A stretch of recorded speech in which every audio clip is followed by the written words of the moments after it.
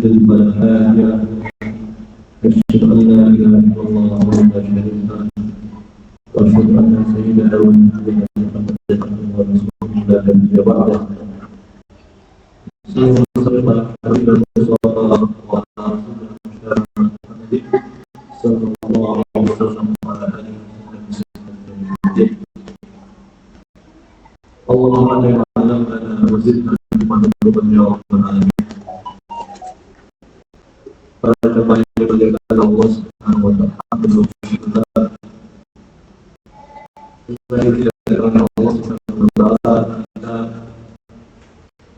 kita bisa bertemu dengan Allah dalam rangka untuk mempelajari agama Allah, dalam rangka untuk mempelajari ilmu-ilmu yang Allah berikan kepada Rasulullah dan dalam rangka beribadah dalam sejarah.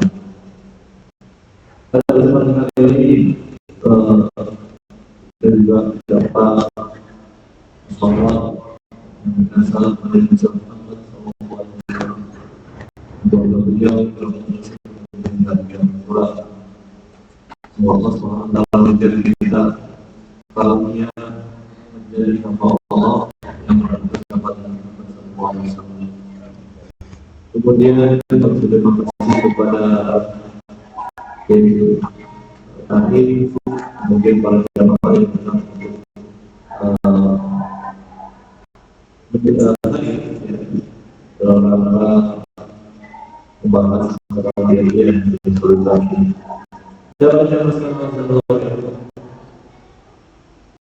Jadi kita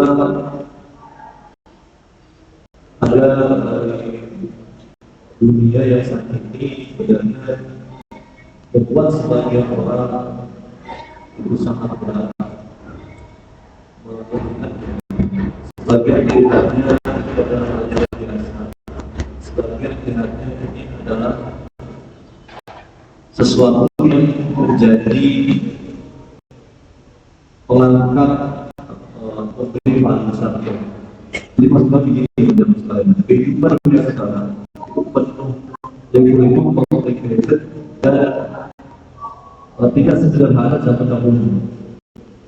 Dan para jamaah bisa bandingkan antara mungkin yang hidup tahun 90-an, 2000 dan 2010 ke atas.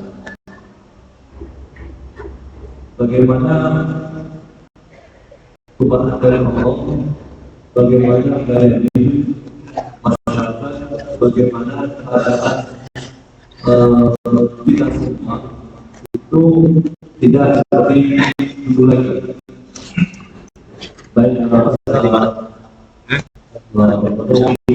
sosial, politik, masyarakat, semuanya berubah. Mungkin yang akan sekalian dulu orang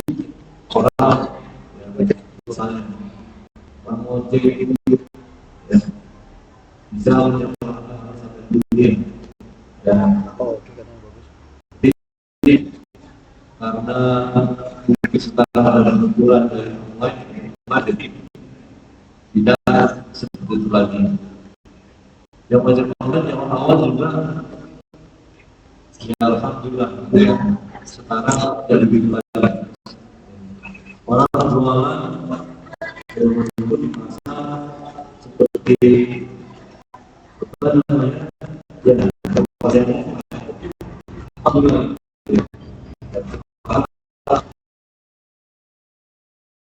Foto yang berada di pusat perbelanjaan itu ya karena masalah ya saya juga gitu ya online bahkan dengan negara lain ya karena ada apa namanya free trade perdagangan bebas.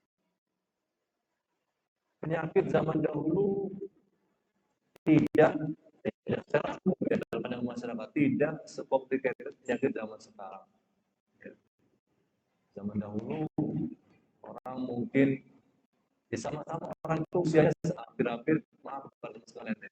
Bukan berarti zaman dulu itu artinya lebih panjang umurnya atau bagaimana. Ya, kita tidak bicara masalah kematian, kita berbicara masalah penyakit ya. Ya, kita bicara masalah penyakit.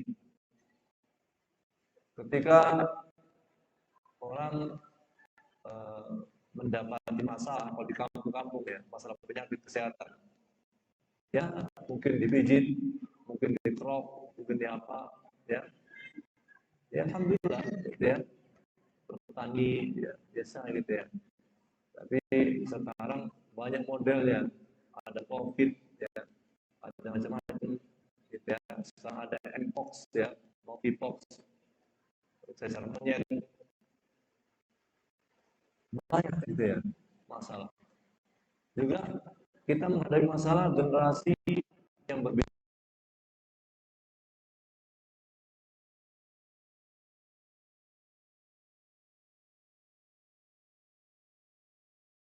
orang tuanya.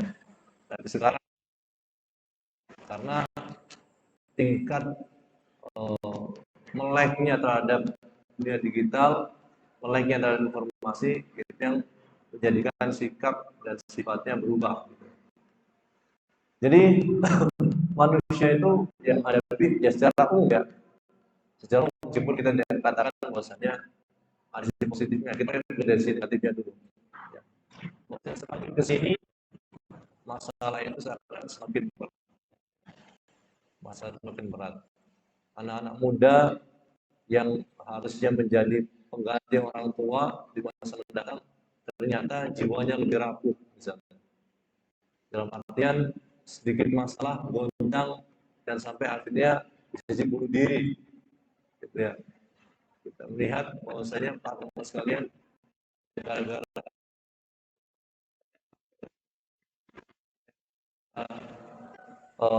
masalah ujian sekolah bunuh diri. Jadi banyak gitu ya masalah yang melingkupi kita ini.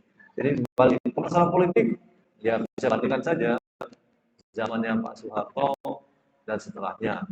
Ya artinya ya saya mau keamanan juga sama. Ya. Orang dulu naik motor ya di depan rumah mungkin kuncinya tergantung ya alhamdulillah gitu ya. Terus sekarang meleng sedikit langsung bahkan yang dalam rumah diangkut bisa jadi diangkat melewati pagar. Jadi masyarakat yang baik yang banyak ini kalah oleh sedikit maling. Jadi takutnya semuanya seperti itu. Jadi intinya para jamaah sekalian, untuk menghadapi ini masyarakat kita punya berbagai macam metode. Ya. Para ahli juga punya berbagai macam metode untuk menghadapi masalah-masalah kekinian, masalah kesehatan misalnya, masalah keamanan, masalah sosial, masalah politik. Ya, mereka punya berbagai macam metode. Cuma sekarang kita dapati para jemaah sekalian, ada yang aktif dan ada yang tidak aktif. Sekarang kalau kita lihat manusia tanpa Tuhan, manusia tanpa pencipta, bisa nggak mengatasi masalah ini? Ya kita, misalnya kita jadikan rujukan adalah orang-orang di Barat misalnya, yang mereka menjadikan negaranya itu negara ateis secara tidak langsung, meskipun ada juga peluk beragamanya.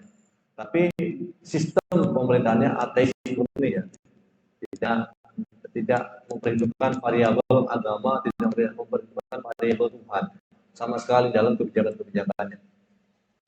Apakah bisa mengatasi masalah-masalah tersebut? Tidak juga.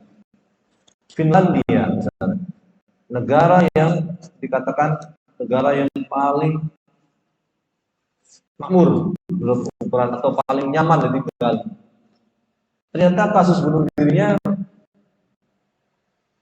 juga tidak kalah dengan Jepang. Ya, ini perlu kita pahami ya, sekalian.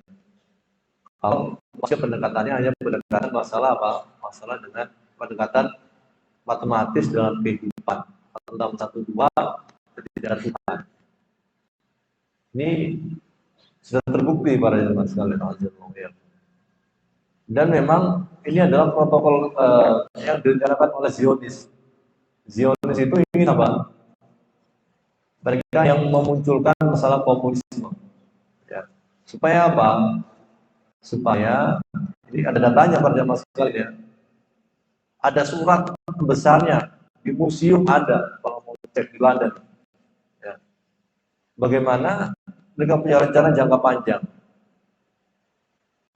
Perang Dunia Pertama sesuai dengan rencana. Perang Dunia Kedua sesuai dengan rencana. Dan Perang Dunia Ketiga targetnya adalah kaum muslimin.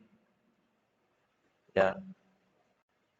Jadi itu ada suratnya disimpan di museum, tapi orang melihat itu hoax. Padahal yang itu besar ya, yang memang menulis secara langsung.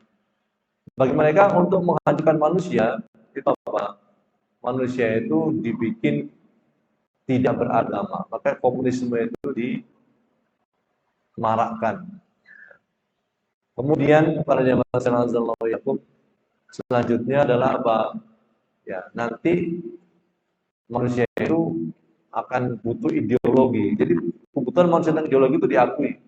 Tapi yang dijadikan akhir adalah ketika mereka melihat komunisme tidak efektif, menjadikan ideologi satanik itu menjadi solusi. Ya. Nah, banyak sekalian. Ini adalah contoh bahwasanya metode manusia untuk mitigasi risiko yang disampaikan atau digulirkan itu tidak begitu efektif kalau pendekatannya adalah pendekatan non variabel Tuhan. Tuhan itu dihilangkan dalam variabelnya. Ya, kalau sebagai umat Muslim kita sudah punya role model. Ya, kehidupan Muslim zaman Nabi, zaman Khulafaur Rasyidin, zaman misalnya katakan Umar bin Abdul Aziz, itu sangat jelas bagaimana kehidupan itu bisa selaras antara bidang sosial, ekonomi, politik, ya, kemasyarakatan, semuanya bisa terus berjalan dengan baik, harmoni, dengan menjadikan variabel Tuhan ini variabel yang utama. Ya. Maka sekali lagi para jemaah sekalian, kembali ke pembahasan kita. Oleh karena itu, manusia yang mengandalkan dirinya sendiri untuk menghadapi semua masalah dunia itu tidak akan berhasil. Coba, kan kita sudah kasih contoh yang dianggap paling enak, Finlandia. Memang secara ekonomi oke, tapi apakah secara hati nurani sudah oke? Ya bisa dicek aja. Data, kita bicara data ya. Itu bukan asumsi, kita bicara data. Ya, kita bicara data. Oleh karena itu para jamaah sekalian, sekarang kan akademisi ya paham ya masalah data ini. Kita kalau bicara basicnya adalah data. Nah, kembali ke masalah kita. Jadi kalau kita tahu bahwasanya orang yang atau masyarakat yang menafikan Tuhan dalam kehidupan mereka yang bermasyarakat, dalam kehidupan sosial mereka dan kehidupan bernegara mereka, maka itu tidak layak menjadi role model karena kegagalannya. Ya. Tapi mungkin akan dibalik oleh mereka. Kaum muslimin menggunakan variabel Tuhan sekarang ya. Tapi kok mereka negara yang terbelakang. Negara yang terbelakang. Indonesia misalnya. Dari sisi ekonomi ini nomor berapa di dunia? Pendapatan per kapita nomor berapa di dunia? Ya. Nah, salah masih contohnya. Salah perbandingannya. Harusnya apa? Mereka mencek dalam sejarah masyarakat Islam, masyarakat Muslim yang mana yang benar-benar menerapkan syariat itu yang harus dijadikan sebagai acuan perbandingan. Baru adil. Kalau masyarakat Muslim zaman sekarang, ya tidak bisa jadikan acuan penerapan atau gagasan Islam itu sendiri, ya, sehingga tidak bisa diadu dengan model gaya Barat. Ini apa Musin? Ya, tahun 70-an atau 80-an ya kami lupa. Ada seorang ulama Mesir itu datang ke Eropa.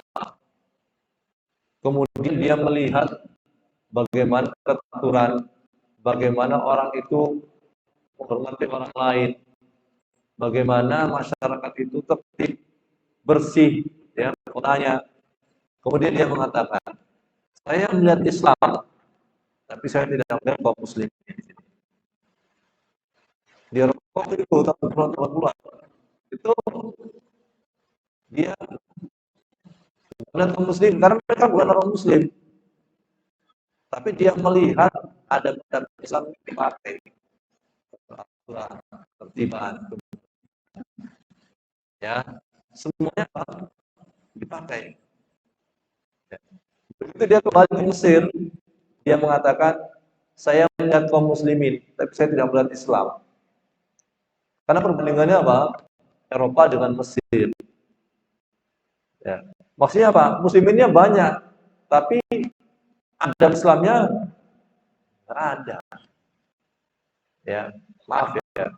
Ini ada di buku-buku terkenal. Maksudnya apa? Jadi belum tentu kaum muslim itu merepresentasikan Islam secara utuh. Jadi tidak bisa kehidupan kaum muslimin ini dijadikan sebagai patokan untuk diadu dengan model kehidupan Barat dari sisi itu.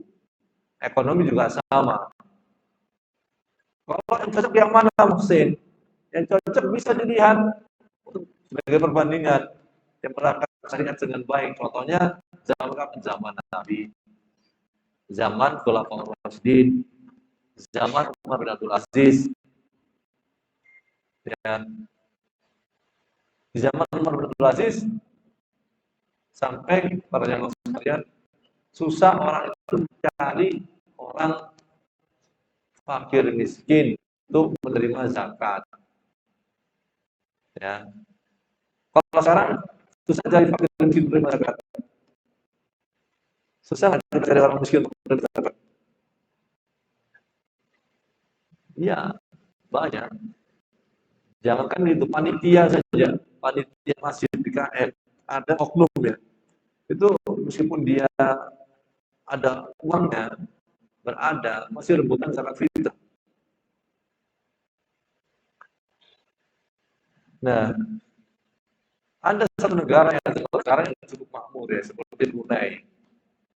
Brunei memang ya Allah kasih kelebihan dari sisi sumber daya alam dan pengaturan yang baik. Ada dua unsur ini yang harus dikatakan. 2 poin. Sumber dayanya ada, pengaturannya baik. Nah, kalau mereka ditanya, kemana zakat mereka? Zakat mereka diberikan ke Indonesia. Karena di sana susah cari orang menerima zakat. Itu contoh.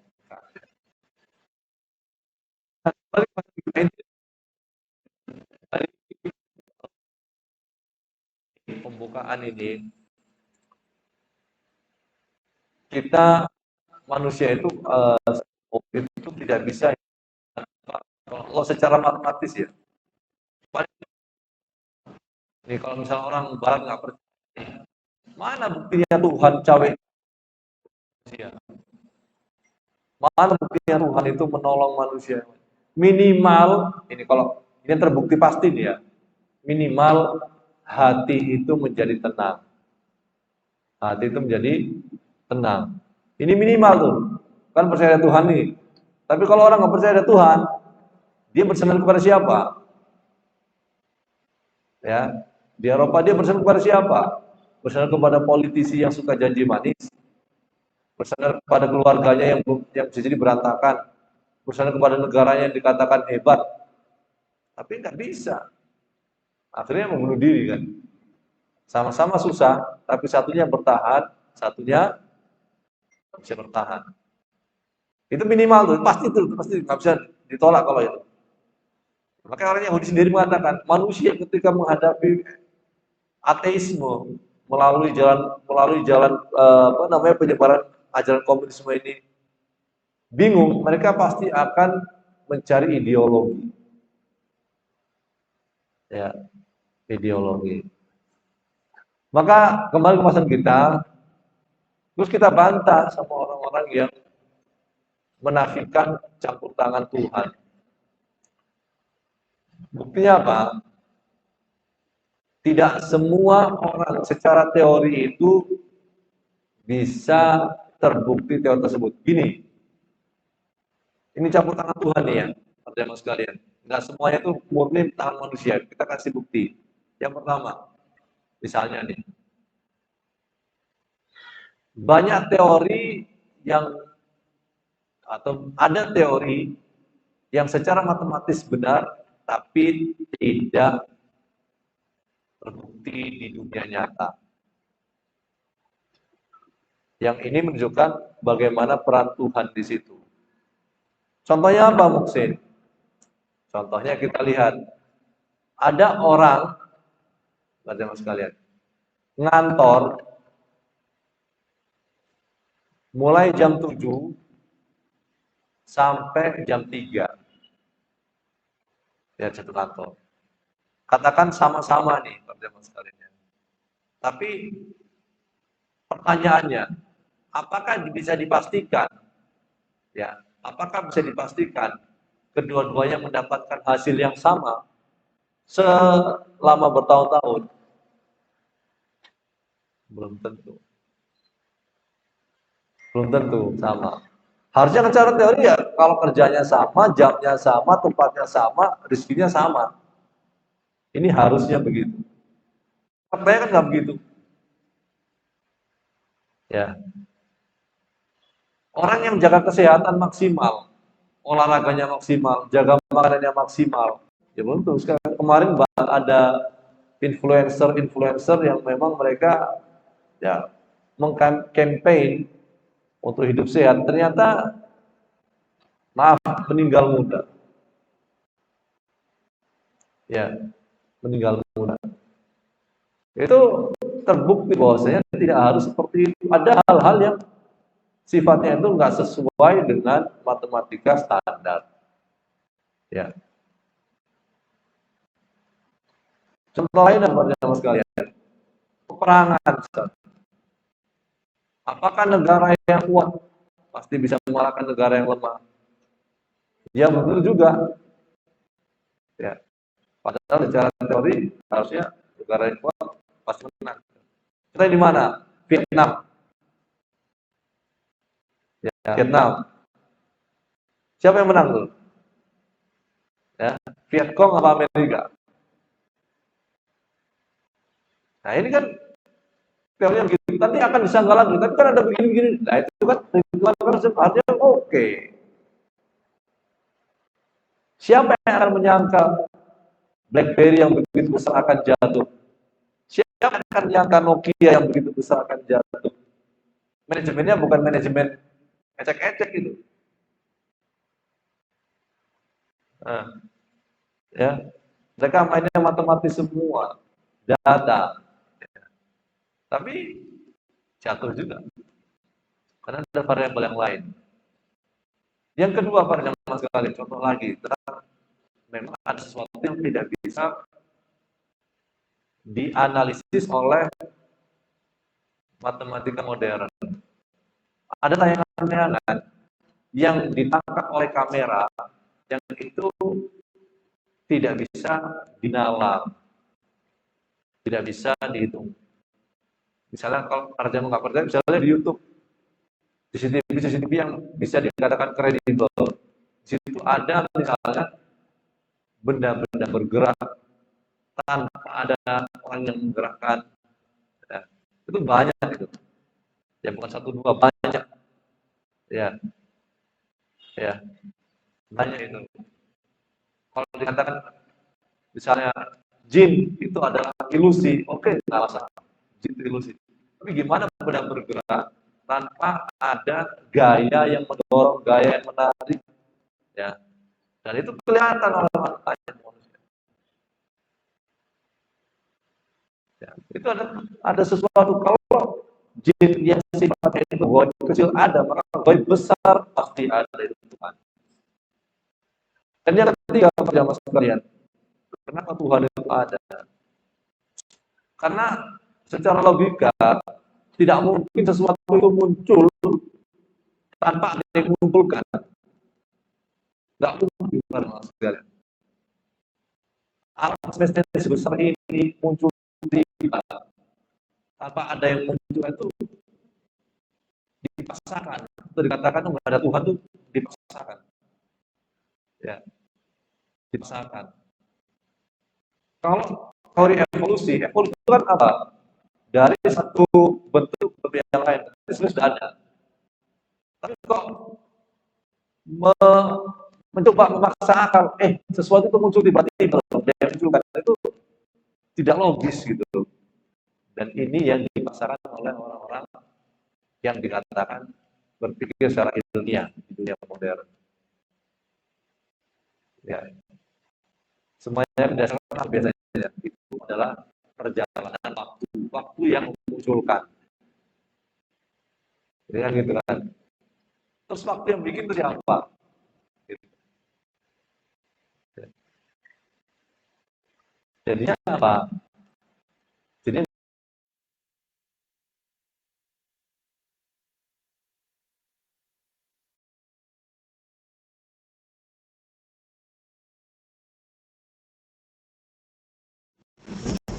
nah, setelah kita meyakini Tuhan itu ada dan alam semesta ini tidak mesti berjalan sesuai dengan prediksi manusia, kehidupan manusia, maka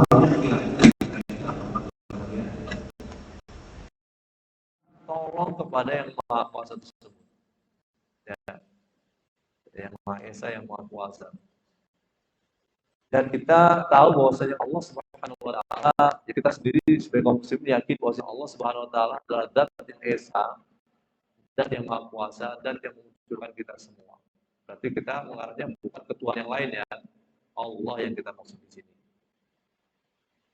Ya, sebenarnya Tuhan kita kalau ada ya, dianggap oleh apa namanya? Ya nggak tahu ya. Ada yang mengatakan dianggap oleh orang Yahudi sama dengan Tuhan orang Yahudi. Makanya mereka itu apa? Kalau sholat, beribadah, itu nggak masalah tuh di masjid. Kalau kalian bisa cek, orang Yahudi dia nggak mendapati sinagog, dia sholat, dia bisa ibadah di masjid. Dia mau ibadah di masjid, tapi kalau ke gereja nggak mau. Kenapa? Karena mereka tahu syirik gitu. Orang Yahudi yang sekarang secara teologi dia mereka tidak mempermasalahkan keesaan Tuhan, makanya mereka ibadahnya di masjid. Ibadah kalau nggak ada sinagog, maka mereka bisa beribadah di masjid. Nah, anehnya mereka nggak mau kalau di gereja. Ini ada tayangannya ya, ada mereka ditanya secara langsung, ada tayangan video wawancaranya pada orang tersebut. Nah, kembali masalah kita para jemaah sekalian,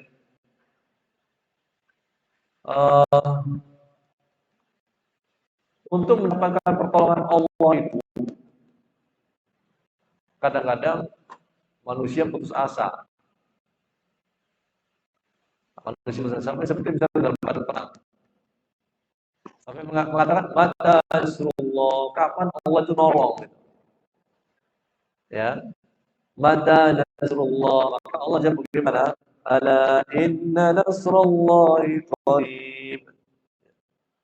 Kita cek ya nomor ayatnya.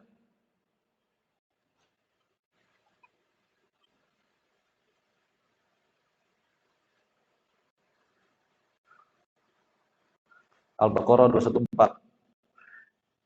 Ya. Jadi kadang-kadang manusia itu merasa putus asa, kapan sih pertolongan Allah ini? ya, terutama dalam masa-masa berat seperti peperangan, ya. Ada satu tempat ya. A'udzu billahi minasyaitonir rajim. Am hasibtum an tadkhulul jannata wa lamma ya'tikum mathalul ladzina khalaw min qablikum مستهم البأساء والضراء وزلزلوا حتى يقول الرسول والذين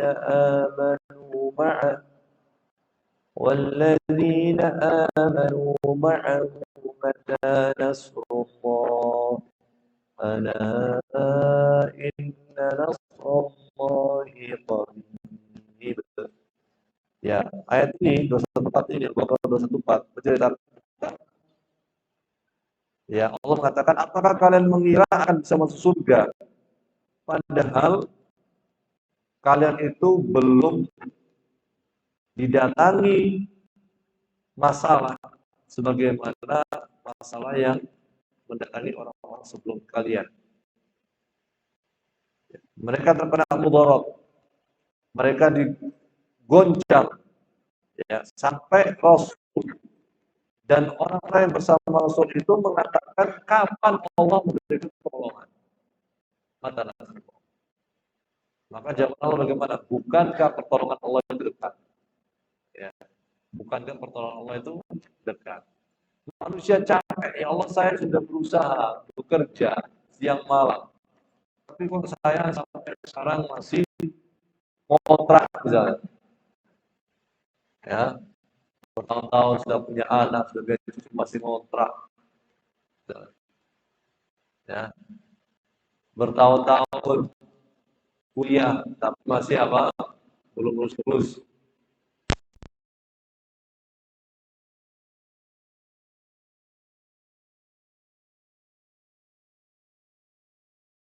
Kelelahan dalam menderita. Maka sampai mungkin nanti dia akan mengatakan kapan sih Allah menolong? Padahal di sini Allah mengatakan, kalau apakah kalian mengira bisa masuk surga? Padahal ujian yang menimpa kalian itu, yang sekarang kalian terima itu lebih sedikit dibanding apa yang menimpa orang-orang sebelum kalian. Makanya kan Nabi ketika di Mekah, kemudian sahabat juga bertanya, kapan Allah tolong? Maka Nabi menyuruh bersabar dan memberikan contoh ulama atau umat sebelum kita. Di mana umat sebelum kita itu diantara cumanya disisir dengan sisir besi di mana sekalian kulitnya. Akhirnya ditarik dan terlepas dari tulang. Sampai seperti itu. Ya. Bukan berarti kita, kalau gitu kita nunggu itu. Enggak, maksudnya jangan. Poinnya di sini adalah jangan putus asa dengan pertolongan Allah. Itu poin utamanya. Bukan berarti kita harus apa? Harus merasakan seperti itu. Ya. Poin utamanya adalah ini, jangan putus asa dari rahmat Allah dan pertolongan Allah Subhanahu wa taala. Usaha itu apa? Ya sampai akhir hayat. Dakwah orang tua 10 tahun. Orang tua saya ini kok nggak benar ya. Sudah 10 tahun saya dakwah masih begitu aja. Lah itu Nabi Nuh. Dakwah pada kaumnya berapa? Ya, 950 tahun. Sudah saya 10 tahun ya Allah kok nggak beres-beres sama saya. Pertama kita bukan punya hidayah, nggak punya hidayah kita. Yang kedua, kita membandingkannya jangan bandingkan zaman sekarang gitu ya, dengan orang dulu. Makanya kan dalam surat berkata, Qala Rabbi inni da'awtu qawmi laylan wa nahara falam yazidhum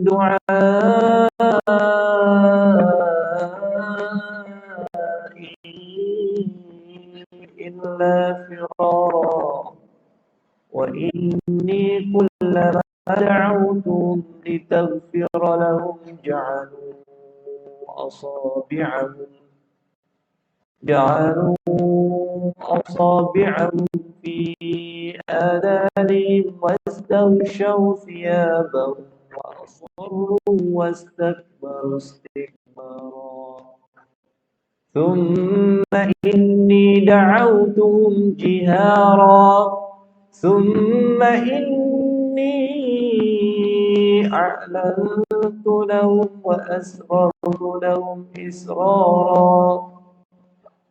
Itu Nabi Nuh itu menceritakan betapa susahnya bertahun-tahun pada Mesir. Apa yang beliau kata-kata beliau ceritakan? Ya Allah, saya ini sudah mengajak mereka siang dan malam. Semakin didakwahi, semakin lari. Bahkan apa? Sampai menaruh jari mereka di telinga. Ya. Ya. Artinya ini contoh. Kita jangan putus asa gitu ya. Ada yang lebih berat daripada kita. Nah, kita jalan 92. Jadi intinya gimana, maksud intinya pembahasan kita adalah bagaimana supaya Allah itu cepat menolong kita. Ya, para jamaah sekalian. Yang pertama, ya, kita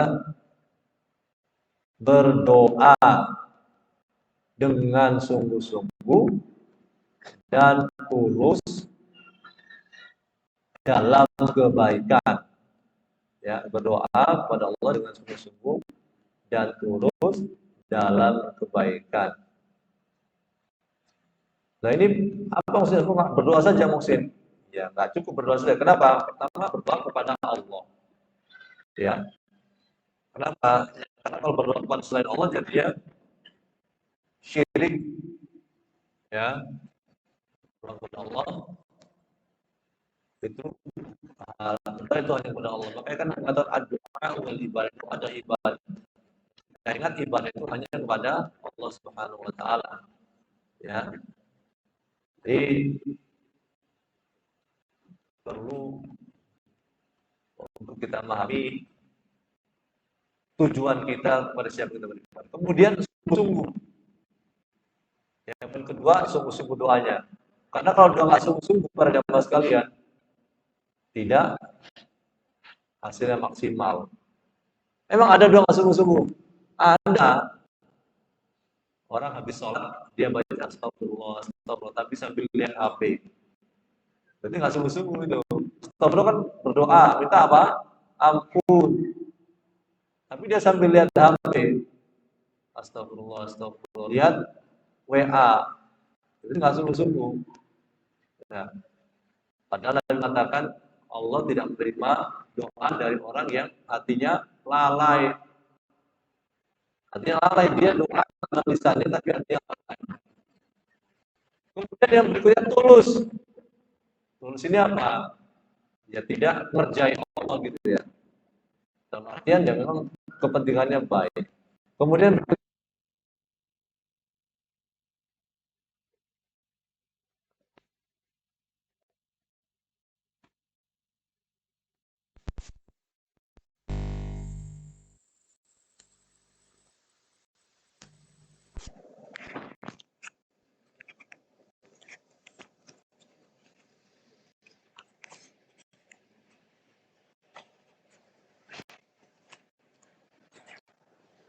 apa contohnya berdoa yang tidak baik? Misalnya nih, misalnya kalau anak muda misalnya anak muda nih, misalnya ya Allah jadikan dia pacar saya, ya kan? Nah ini kan nggak baik, gitu kan? Nggak baik. Ya, contoh gitu ya, benar sekali. Maka ini perlu berdoa kepada Allah sungguh-sungguh, tulus, dan dalam kebaikan. Doa apa? Untuk dalilnya apa maksud? Al-Baqarah 186. Ya, surat Al-Baqarah 186. A'udzubillahi minasyaitonir rajim. Wa idza sa'alaka 'ibadi 'anni fa inni qarib ujibu da'watad da'i idza da'an فليستجيبوا لي وليؤمنوا بي لعلهم يرشدون. Ya. Apabila hamba-hamba bertanya kepada Muhammad tentang aku, maka jawablah, sesungguhnya aku dekat. Aku mengabulkan permohonan orang yang berdoa apabila dia memohon kepadaku. Maka hendaklah mereka itu memenuhi segala perintahku, dan hendaklah mereka beriman kepada agar mereka selalu berada dalam kebenaran. Jadi ini arahan Allah, gitu ya. Tapi berdoa juga harus milih apa, jemaah sekalian? Milih waktu dan momen yang tepat. Kalau mau cepat, doanya milih waktu dan momen yang tepat, bahkan yang tepat. Waktu, momen, tempat yang mustajab. Waktu yang mustajab contohnya apa? Contohnya saat turun hujan, ya, antara adzan dan iqamah, ya. Kemudian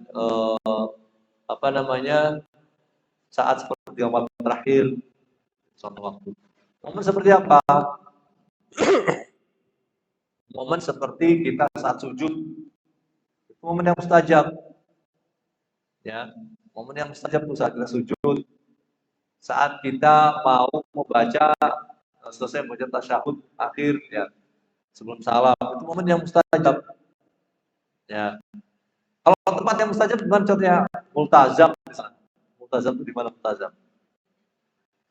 Mana multazam? Ya, di Mekah di mana? Masjid Haram. Di mana itu? Sebelah mana ya? Hah? Rukun Yamani. Multazam itu adalah space, tempat, ya, tembok itu antara Hajar Aswad dan pintu Ka'bah. Nah, itu kalau bisa berdoa situ ya, kalau nggak bisa ya nggak usah dipaksakan gitu ya, Pak sekalian. Karena rebutan. Itu contoh saja ya, Pak sekalian. Nah, itu harus dipilih, ya. Kemudian ini juga yang perlu, tapi orang salah paham.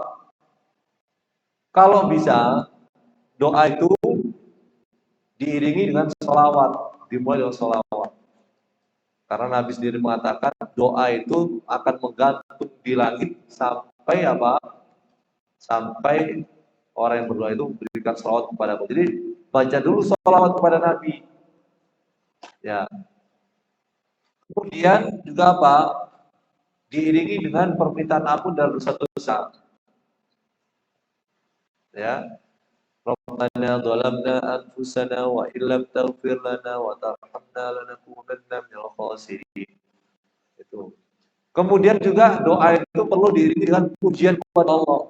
Misalnya subhanallah, alhamdulillah, wa la ilaha illallah, wallahu akbar. Jadi jangan langsung kepada intinya. Ya, kalau mau doa kita itu mustajab. Ya, jangan sampai langsung ya tanpa ada poin-poin tadi. Itu yang pertama, berdoa pada masa. Jadi kalau kita mau tolong Allah cepat, maka kita sebutkan hajat kita kepada Allah dan berdoa dengan perhatikan yang berkaitan dia.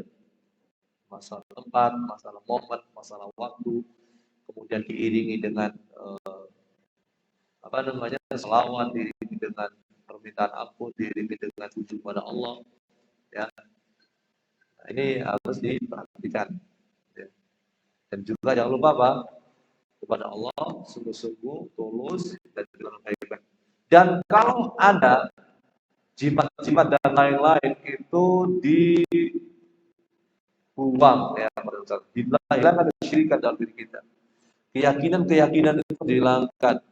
Keyakinan syirik contohnya percaya kepada zodiak, ramalan-ramalan.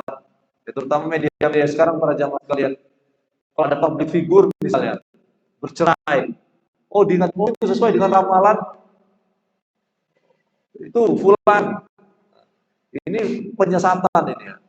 Kita mundur kehidupan kita ya pada sekalian ya. Kalau kita percaya ini secara logika, ini kita akan apa? Mundur ke belakang. Ya. Kehidupan kita akan mundur ke belakang. Kita nggak akan jadi negara maju. Ya. Kalau masih percaya hal seperti itu. Ya. Kronik ya pada jamaah sekalian.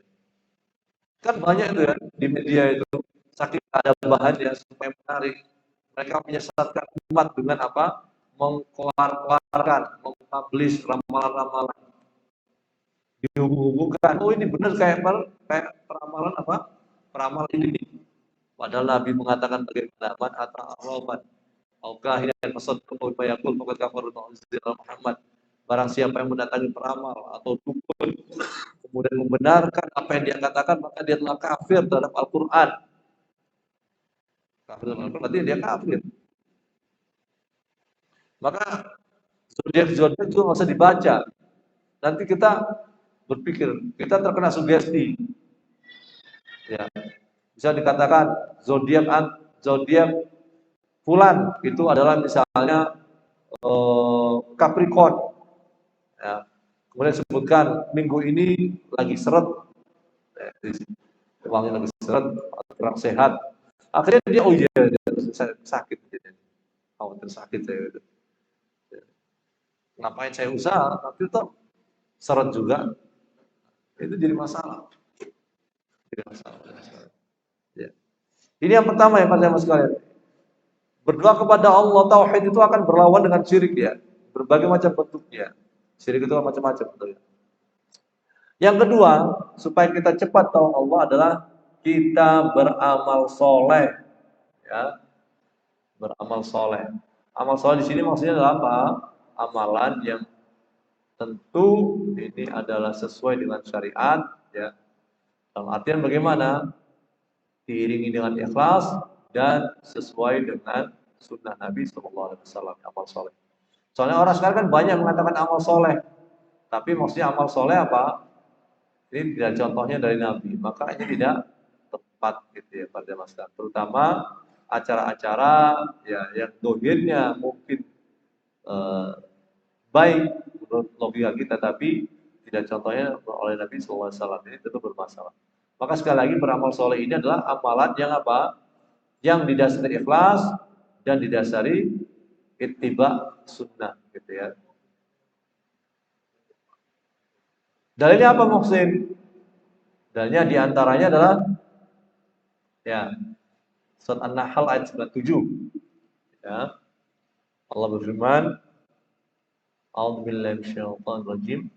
Man 'amila shalihan min dzakarin aw unsa wa huwa mu'min falanuhyiyannahu hayatan thayyibatan wa lanajziyannahum ajrahum bi ahsani ma kanu ya'malun. Barang siapa yang mengerjakan amal soleh, laki-laki maupun perempuan, dalam keadaan beriman, maka sesungguhnya akan kami berikan kepada kehidupan yang baik, dan sesungguhnya akan kami beri balasan kepada mereka dengan pahala yang lebih baik dari apa yang telah mereka kerjakan. Muhsin, ini enggak fokus Muhsin masalah pertolongan. Ada yang lebih fokus lagi, yaitu hadis Nabi SAW. Ya, hadis Nabi SAW. Mungkin para jamaah sebagian sudah hafal ini ya. Hadis qudsi. An Nabi Hurairah radhiyallahu ta'ala an, qala Rasulullah sallallahu alaihi wasallam, inna Allah ta'ala qala man 'ada li waliyan faqad adantu bil harb wa ma taqarraba ilayya 'abdi bi syai'in ahabba ilayya mimma aftaradtu 'alaihi wa ma yazalu 'abdi yataqarrabu ilayya bin nawafil hatta uhibbah fa idza ahbabtu kuntu sam'ahu alladhi yasma'u bih wa basarahu alladhi yubsiru bih wa yadahu allati yabtishu biha wa rijluhu allati yamshi biha wa la in sa'ala jannah wa la in sa'ada li maw'idana. Allah berfirman dalam hadis qudsi, sesungguhnya Allah Ta'ala berfirman, barang siapa yang menyakiti waliku, maka aku mengumumkan perang kepadanya. Tidaklah hamba-hambaku mendekat kepadaku dengan sesuatu yang aku cintai selain apa yang aku wajibkan baginya. Hambaku senantiasa mendekatkan diri kepadaku dengan amal sunnah, sehingga ujungnya aku pun mencintainya. Apabila aku telah mencintainya, aku menjadi pendengarannya yang ia gunakan untuk mendengar. Aku menjadi penglihatannya yang ia gunakan untuk melihat. Aku menjadi tangannya yang ia gunakan untuk berbuat. Dan aku menjadi kakinya yang ia gunakan untuk berjalan. Kalau dia minta kepadaku, pasti aku beri. Kalau dia minta perlindungan kepadaku, pasti aku lindungi. Hadis ini sahih dikeluarkan oleh Imam Bukhari nomor 6502. Ya. Jadi di sini apa? Kalau orang itu senantiasa beramal soleh, maka Allah akan mencintai dia. Kalau Allah cinta dia apa? Allah akan menjadi penunjuk anggota badan dia. Tangannya mengarahkan ke yang baik, pendengarannya mengarahkan dia kepada yang baik, penglihatannya mengarahkan kepada yang baik, kakinya mengarah kepada yang baik. Kalau dia minta, langsung Allah beri. Kalau ya dia minta perlindungan, Allah akan lindungi. Jadi amal soleh ini apa? Menjadikan seorang hamba dicintai oleh Allah, dan kalau dicintai oleh Allah apa? Mudah mendapatkan pertolongan. Gitu ya. Ini yang kedua para jamaah sekalian. Yang ketiga, supaya Allah segera menolong kita adalah kita berserah diri kepada Allah Subhanahu wa taala, ya. Kita berserah diri kepada Allah Subhanahu wa taala setelah berusaha maksimal, ya. Kita berserah diri kepada Allah Subhanahu wa taala setelah berusaha maksimal. Dalilnya apa? Di antara dalilnya adalah surat Al-Anfal ayat 2. Ya. Surat Al-Anfal ayat 2. Bunyinya, Innamal mu'minuna alladhina idza dzukirallahu wajilat qulubuhum wa idza tuliyat 'alaihim ayatuhu zadatuhum imanan wa 'ala rabbihim yatawakkalun. Sesungguhnya orang-orang yang beriman ialah orang yang apabila disebutkan nama Allah, gemetarlah hati mereka. Dan apabila dibacakan kepada mereka ayat-ayat Allah, bertambahlah iman mereka. Dan hanya kepada Allah lah mereka bertawakal. Mungkin ditanya, Muhsin ini nggak cocok dengan pembahasan kita. Baik, ada yang lebih spesifik lagi, yaitu hadis yang dikeluarkan oleh Tirmidzi nomor 2344, ya. Hadis yang dikeluarkan oleh atau diriwayatkan oleh Al-Imam Tirmidzi nomor 2344.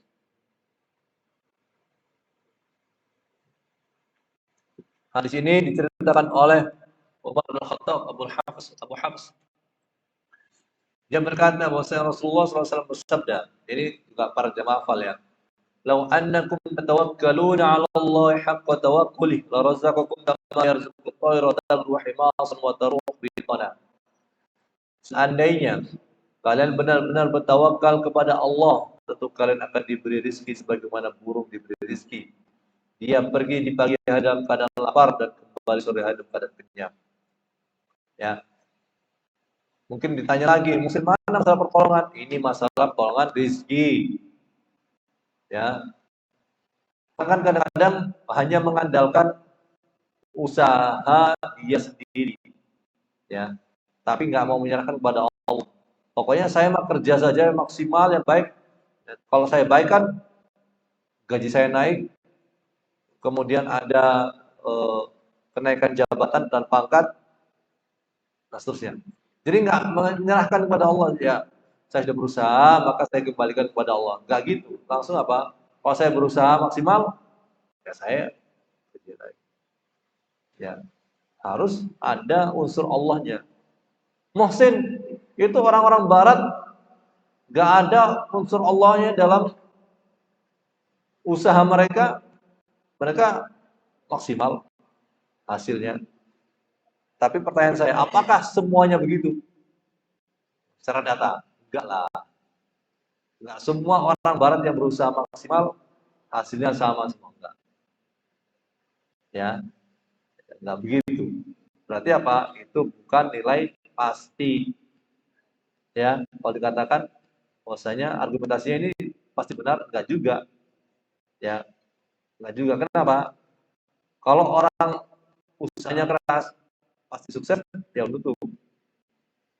Ya, ini kembali ke pembahasan awal kita tadi, masalah campur tangan Tuhan dalam kehidupan manusia. Nah, tapi kan para jamaah sekalian, jangan tawakal kecuali apa? Usahanya maksimal. Maksudnya ya bukan berarti nggak boleh musim.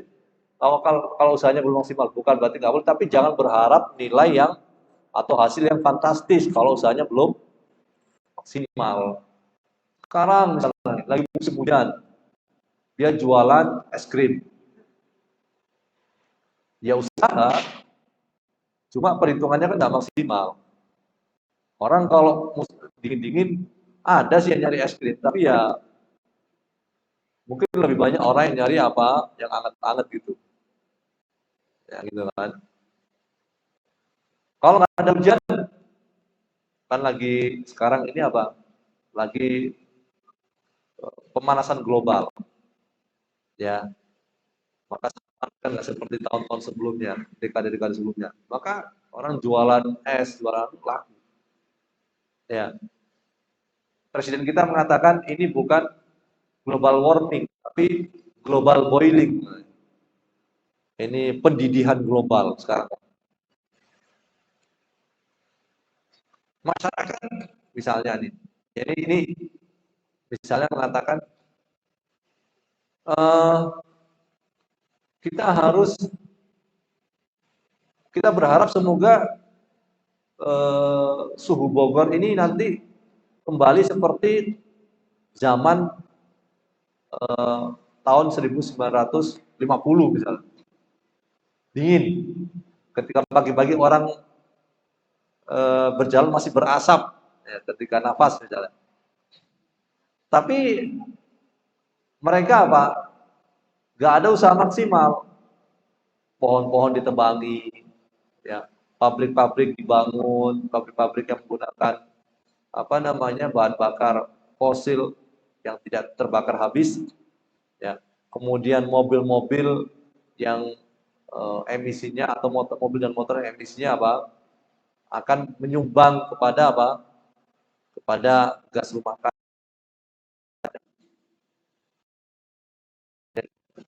Di Bogor ketika antum pagi-pagi lari pagi bisa berasap. Nah itu mungkin tahun 50 bisa mungkin. Ya. Sekarang ya nggak bisa. Karena apa? Nggak, usahanya nggak maksimal. Tawakal saja kepada Allah. Maka itu tentu apa namanya menjadi hal yang perlu kita perhatikan ya. Termasuk juga misalnya para jamaah sekalian, saya bertawakal saja deh. Suami saya atau istri saya nanti taat kepada Allah. Tapi dia cuma ngasih ini, tonton video nih. Nih, dengerin ceramah. Tapi dia sendiri nggak ngasih contoh yang baik. Ya, dia nyuruh suaminya ngaji atau dia nyuruh istrinya ngaji, tapi dia sendiri apa? Main media sosial terus. Nah, dia nggak bisa, nggak maksimal. Ya, ya hanya bertawakal saja, berdoa saja, tapi bisa maksimal ya. Ya bisa saja Allah ngasih kesempatan, Allah ngasih keajaiban bisa saja. Ya, karena Allah kan yang membolak-balikan hati manusia. Ya, sebagaimana Nabi SAW, inna qulub ibni Adam baina isbi'aini min asabi ar-Rahman yuqallibu kaifa syaa. Hati anak Adam itu apa para jamaah sekalian? Di antara jari jemari Allah. Allah membolak-balikan sesuai dengan kehendaknya. Ya bisa saja orang nggak usah maksimal, doa saja bisa Allah, tapi kan nggak tepat gitu ya. Contoh usaha maksimal seperti apa jamaah sekalian? Contohnya nih, Nabi Muhammad SAW ya itu ketika perang Badar Jumlah kaum muslimin sepertiga dari jumlah non-muslim. Tapi tetap maju. Usaha dulu. Ya. Meskipun secara logika itu susah, tapi usaha seakan-akan nekat. Ya. Seakan-akan nekat. Kalau orang nggak usaha gimana? Ini deh. Meskipun jumlahnya 1:1, kayaknya kalah kita nih. Karena mereka pedangnya lebih banyak, mereka meriamnya lebih banyak, kita mundur aja. Nah, padahal ya nggak begitu, usaha dulu gitu. Ya. Makanya kan juga contoh lagi, bagaimana Allah menyuruh Maryam untuk mendorong pohon pokok kurma, ya, batang kurma. Wa huzzi ilaiki bijid'in naqdati tusaqit 'alaiki rutaban janiyya. Ada yang mengatakan tasaqat, ada yang mengatakan tusaqit, kembali kepada qiraahnya. Qiraah Hafs atau qiraah Syu'bah, Asim.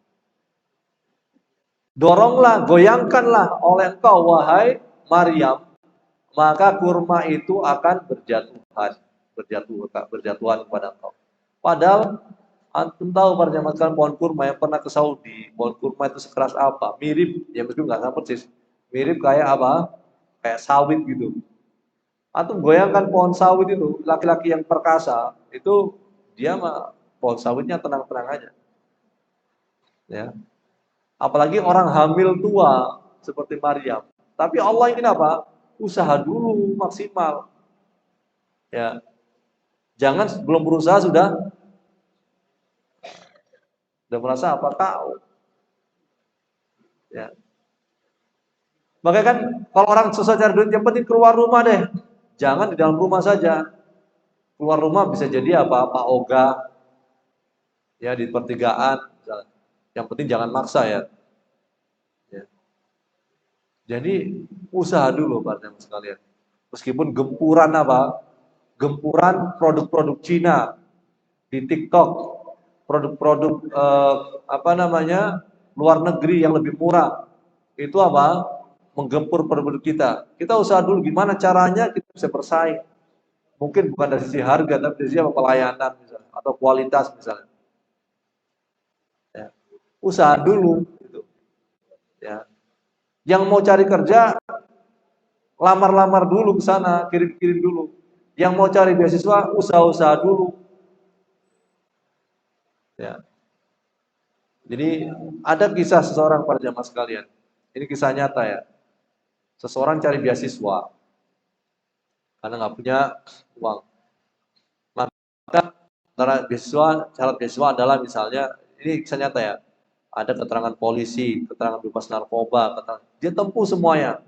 Ternyata nggak berhasil melalui mendapatkan beasiswa dari lembaga yang dia tuju.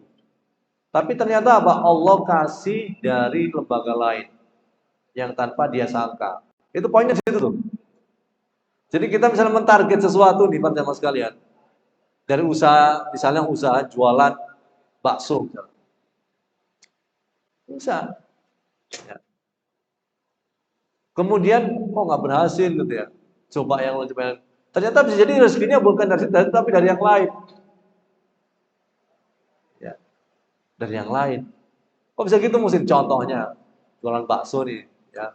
Jualan bakso kemudian orang itu misalnya nih datang mau makan bakso kemudian ketinggalan dompetnya. Nah, tukang bakso mencari informasi dan dapat di informasi itu adalah apa? KTP atau nomor telepon gitu ya. Dihubungi pemiliknya. Ya, datang pemiliknya. Oh, Masya Allah, terima kasih ya Pak. Baksonya sih nggak laku, tapi orang tahu, oh ini orang terpercaya. Mau nggak kerjasama saya menjadi asisten saya misalnya? Nah, contohnya begitu. Bukan dari baksonya jadi begitu. Tapi yang penting kita berusaha dulu yang kita mampu, bukan nanti yang kita nggak mampu. Jangan sampai kita bukan ahlinya ngawur gitu ya. Kita bukan arsitek, kemudian mumpung ada lowongan arsitek, ya saya orang hukum, saya masuk ke lowongan arsitek. Ya, bukan gitu. Tapi yang memang kita mampu di situ, kita expert dan kita bertawakal kepada Allah Subhanahu wa taala, setelah berdoa maksimal juga. Ya. Jadi tiga segitiga para jamaah sekalian apa? Usaha maksimal, doa maksimal, dan tawakal maksimal. Itu apa? Tidak bisa dipisahkan satu dengan yang lainnya. Ya. Itu yang ketiga ya para jamaah sekalian. Yang keempat, supaya Allah segera menolong kita adalah membantu dan membela agama Allah Ta'ala. Nah, ini membantu dan membela agama Allah Ta'ala. Membantu dan membela agama Allah Ta'ala.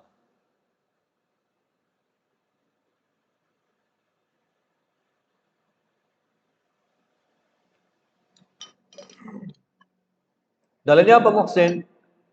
Dalilnya surat Muhammad ayat 7. Surat Muhammad ayat 7. Allah berfirman, Ya ayyuhalladzina amanu in tansurullaha yansurkum wa yusabbit aqdamakum. Wahai orang beriman, jika kalian menolong agama Allah, niscaya Allah akan menolong kalian dan meneguhkan kedudukan kalian. Menolong agama Allah seperti apa jemaah sekalian? Yang bisa kita lakukan ya. Kalau seorang dai, dia terus berdakwah. Kalau bukan dai gimana? Ya misalnya dia sharing-sharing. Ya, sharing-sharing apa? Sharing-sharing poster-poster yang isinya kebaikan. Tapi juga harus apa? Jangan sampai melampaui kewenangannya. Karena seseorang sering sharing poster-poster keagamaan dianggap sebagai ustadz atau ustadzah.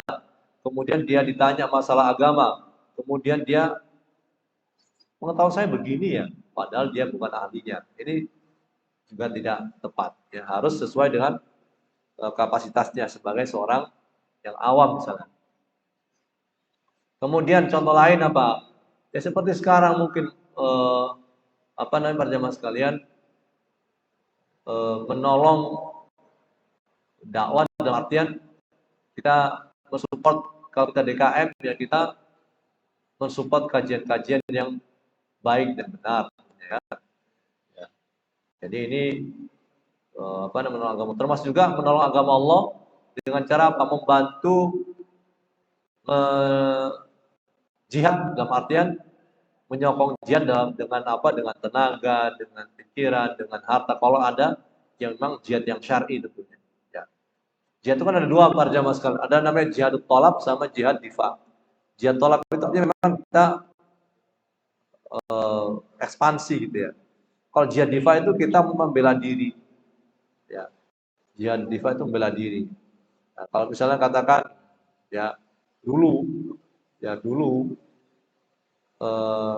para ulama itu menyarankan orang berjihad di Afghanistan melawan Uni Soviet ya Uni Soviet yang apa namanya ingin menyebarkan komunisme zaman itu ya di Afghanistan dan yang lainnya. Maka orang nggak mampu datang, dia apa support dengan zakatnya, dengan apa namanya hartanya gitu ya. Itu contoh menolong agama Allah. Ya. Ini kalau kita menolong agama Allah, maka Allah akan menolong kita. Yang kelima para jamaah sekalian supaya Allah menolong kita segera adalah kita menolong orang-orang yang lemah. Nah, ini yang kelima ini kalau kita mau ditolong oleh Allah segera, maka tolonglah orang-orang lemah di antara kita. Dalilnya apa Muhsin?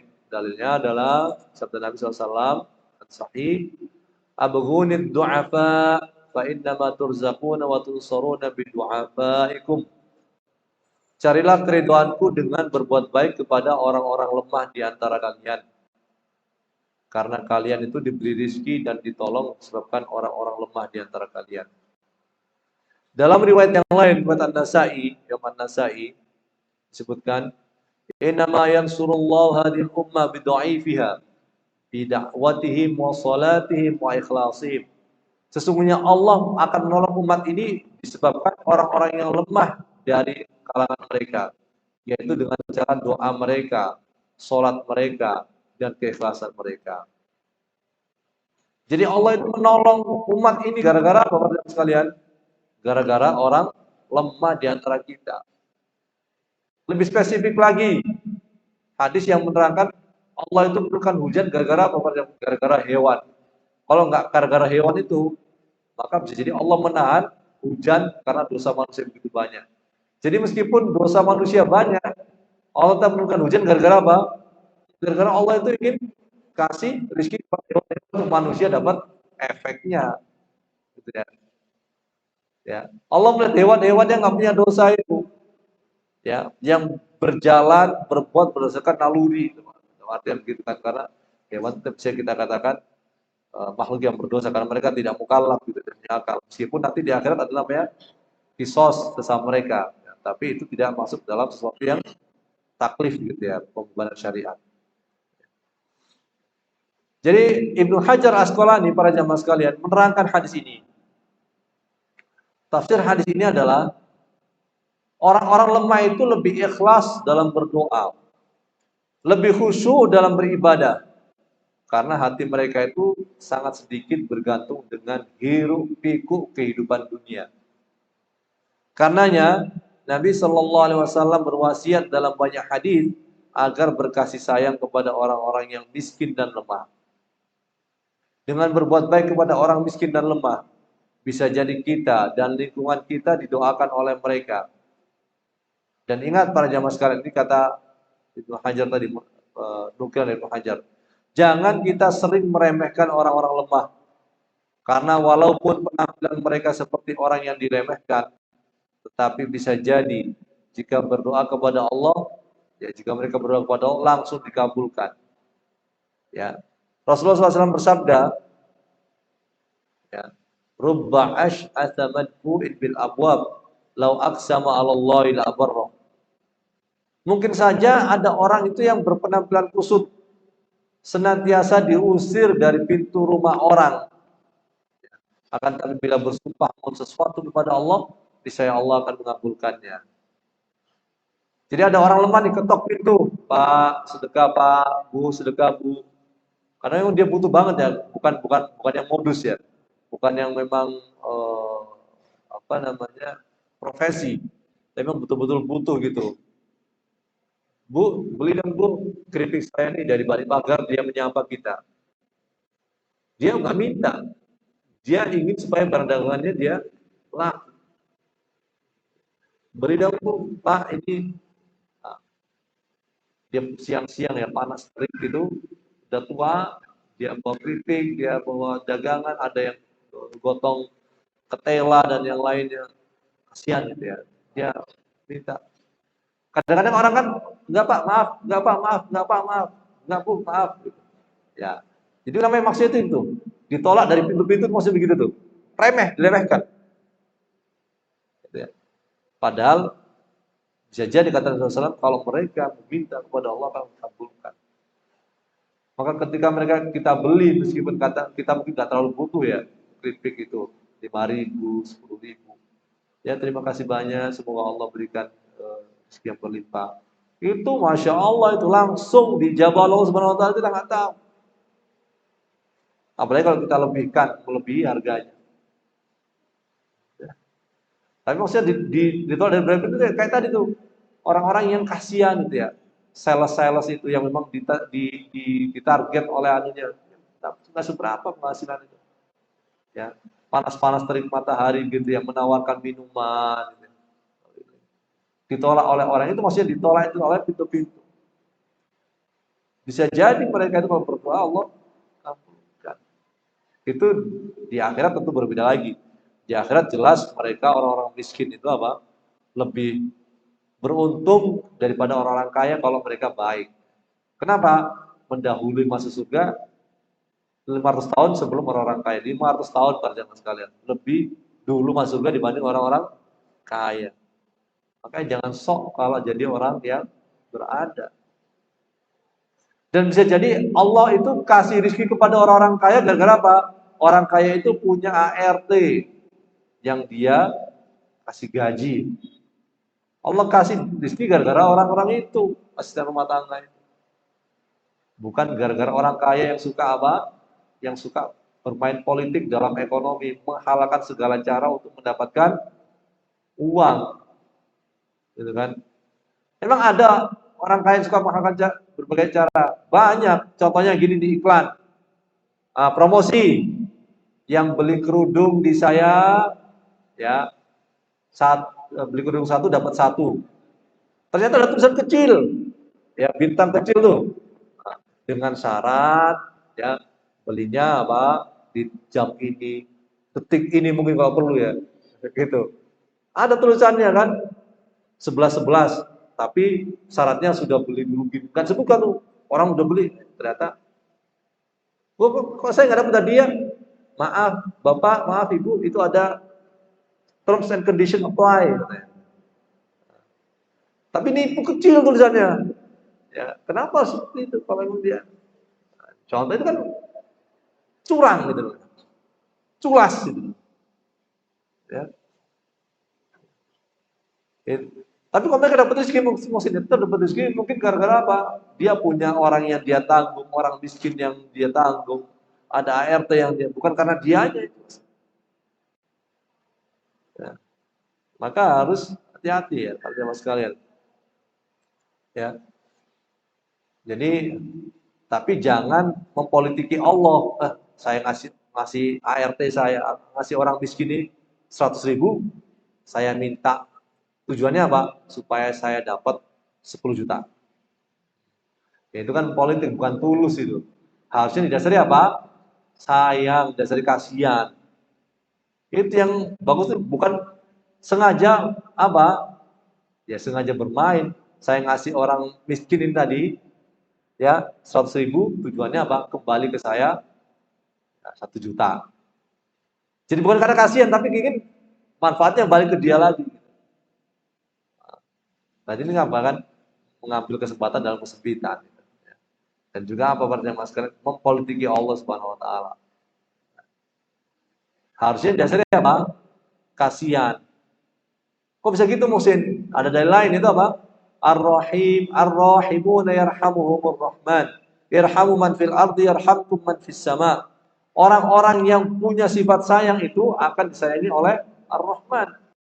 Sayangilah makhluk yang di bumi, maka yang di langit akan menyayangi kalian. Jadi perbuatan baik kepada orang-orang lemah itu dasari apa? Kasihan kita. Kadang-kadang orang itu tidak punya simpati, tidak punya empati para jemaah sekalian. Hidupnya itu apa? Demi kepentingan pribadi. Ananiyah namanya bahasa Arab. Selfish. Ya, semuanya demi kepentingan dia dan keluarga. Ya. Makanya jadi masalah tentunya ya. Jadi ingat ya, kita memberikan santunan kepada orang fakir miskin dan orang-orang lemah, tujuannya bukan untuk mempolitiki Allah, tapi kasihan. Kalau Allah kasih ya alhamdulillah, gitu ya. Ya. Allah kasih balasan ya alhamdulillah gitu. Ini yang harus kita tekankan dalam diri kita, gitu ya para jemaah sekalian. Tapi ini juga nasihat buat semua ini para jemaah sekalian, juga nasihat buat kalian pribadi, ya. Nasihat buat kalian pribadi. Karena apa? Ya belum tentu ustadz juga apa selamat dari masalah-masalah seperti ini. Ya. Kalau ustadz misalnya dia jadi pembimbing haji, pembimbing umroh, misalnya. Kemudian dia memang membantu orang apa? Membantu orang-orang lemah. Ya, ketika ada jamaahnya dibimbing itu apa? Ya, sakit atau yang lainnya. Tapi tujuannya apa? Tujuannya hanya untuk apa? Rating baik. Tujuannya apa? Tujuannya hanya untuk apa? Hanya untuk mendapatkan testimoni baik. Ya. Bentar ya, kita nunggu.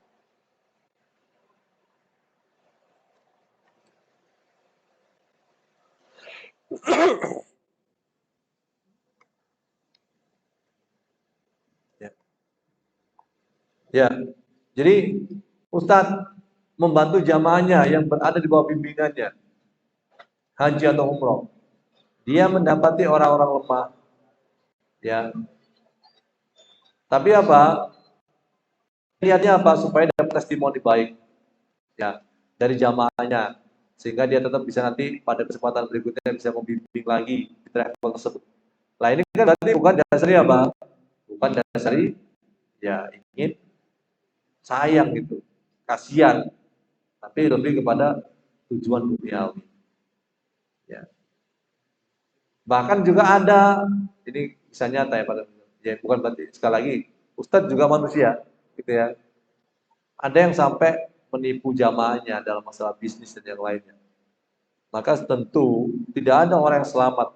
Ya, orang itu harus berusaha untuk tetap menjaga dirinya. Ya, sampai orang kalau dikatakan tidak ada orang yang selamat dari fitnah kecuali orang yang telah wafat. Gitu ya. Baik, ini berikutnya para jemaah sekalian yang keenam. Yang keenam nih ya, supaya Allah memberikan kita pertolongan segera. Yaitu yang keenam, berusaha keras untuk membuat orang tua ridho kepada kita. Berusaha keras untuk membuat orang tua kita ridho. Dalilnya apa Muhsin? Dalilnya ini hadis yang diriwayatkan oleh Imam Bukhari dalam Adab Al-Mufrad, dikeluarkan oleh Ibnu Hibban, kemudian Tirmidzi, Hakim. Ridallahi fi ridal walidain wa sakhatullahi fi sakhatil walidain. Ridha Allah bergantung kepada keridhaan orang tua dan murka Allah bergantung kepada kemurkaan orang tua. Jadi kalau apa hubungannya Muslim dengan pertolongan? Kalau Allah ridha kepada kita, maka pertolongan Allah itu akan mudah tentunya ya para jemaah sekalian. Cuma di sini Allah mengikat ridha Allah itu bergantung kepada ridha orang tua. Ya. Nah ini susah pada masyarakat, terutama kalau orang tuanya sudah lanjut usia, rewel. Orang tua itu kan yang lanjut usia dia akan kembali kepada apa? Kembali kepada usia seakan-akan dia itu masih kecil. Apa dalilnya? Dalam Al-Quran nih, wa minkum man yutawaffa wa minkum man yuraddu ila ardhil umur likai la ya'lama ba'da ilmin syai'a. Coba kita cek nomor ayatnya ya.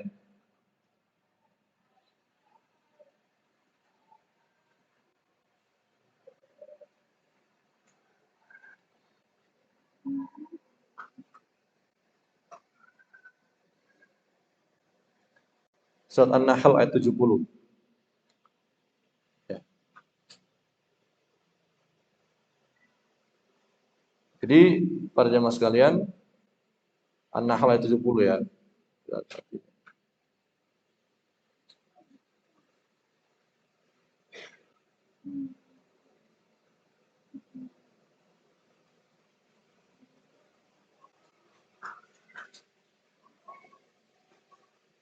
Nah, akan bacakan lagi ya.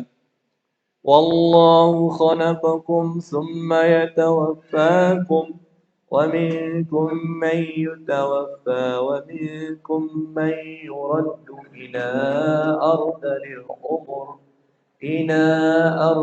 umur likai la ya'lama ba'da ilmin syai'a.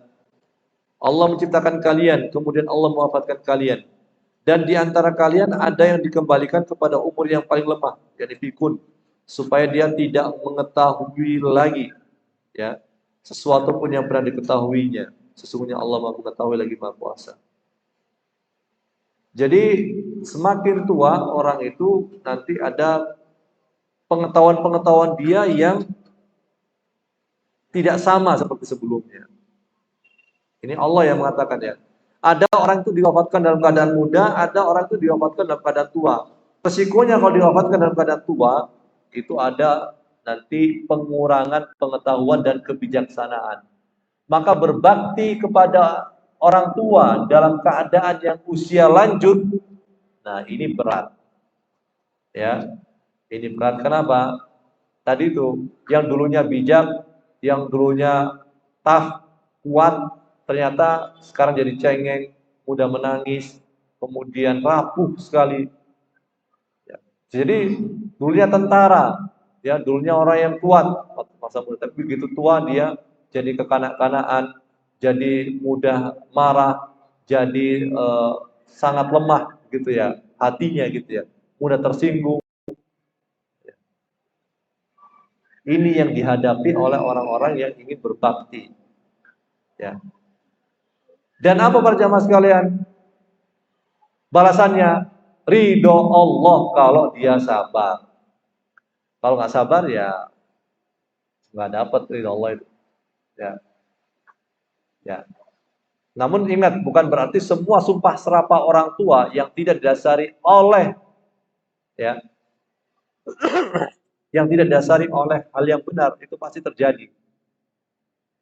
Sumpah serapah orang tua, ini misalnya perjamaah sekalian, kita sudah menyiapkan makanan dengan baik, kita sudah menyiapkan minuman dengan baik, kemudian kita juga sudah memberikan pelayanan dengan baik.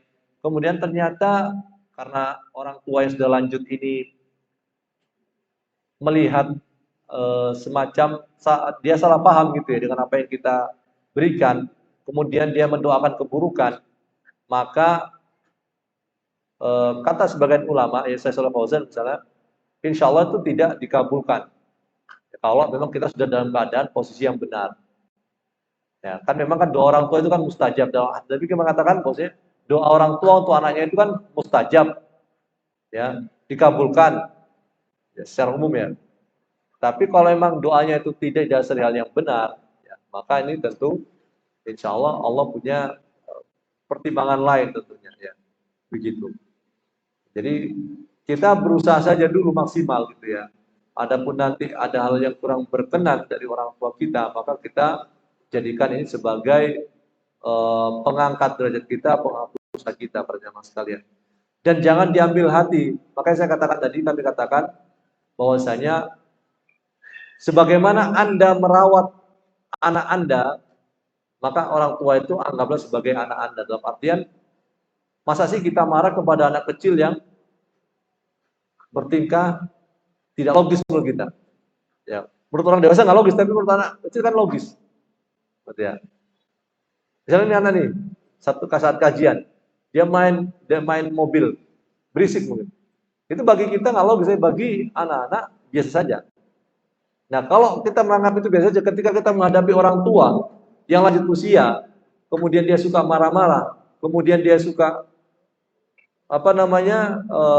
mencela kita untuk hal yang kita tidak lakukan, ya kita biasa saja gitu. Oh, ini anak kecil gitu.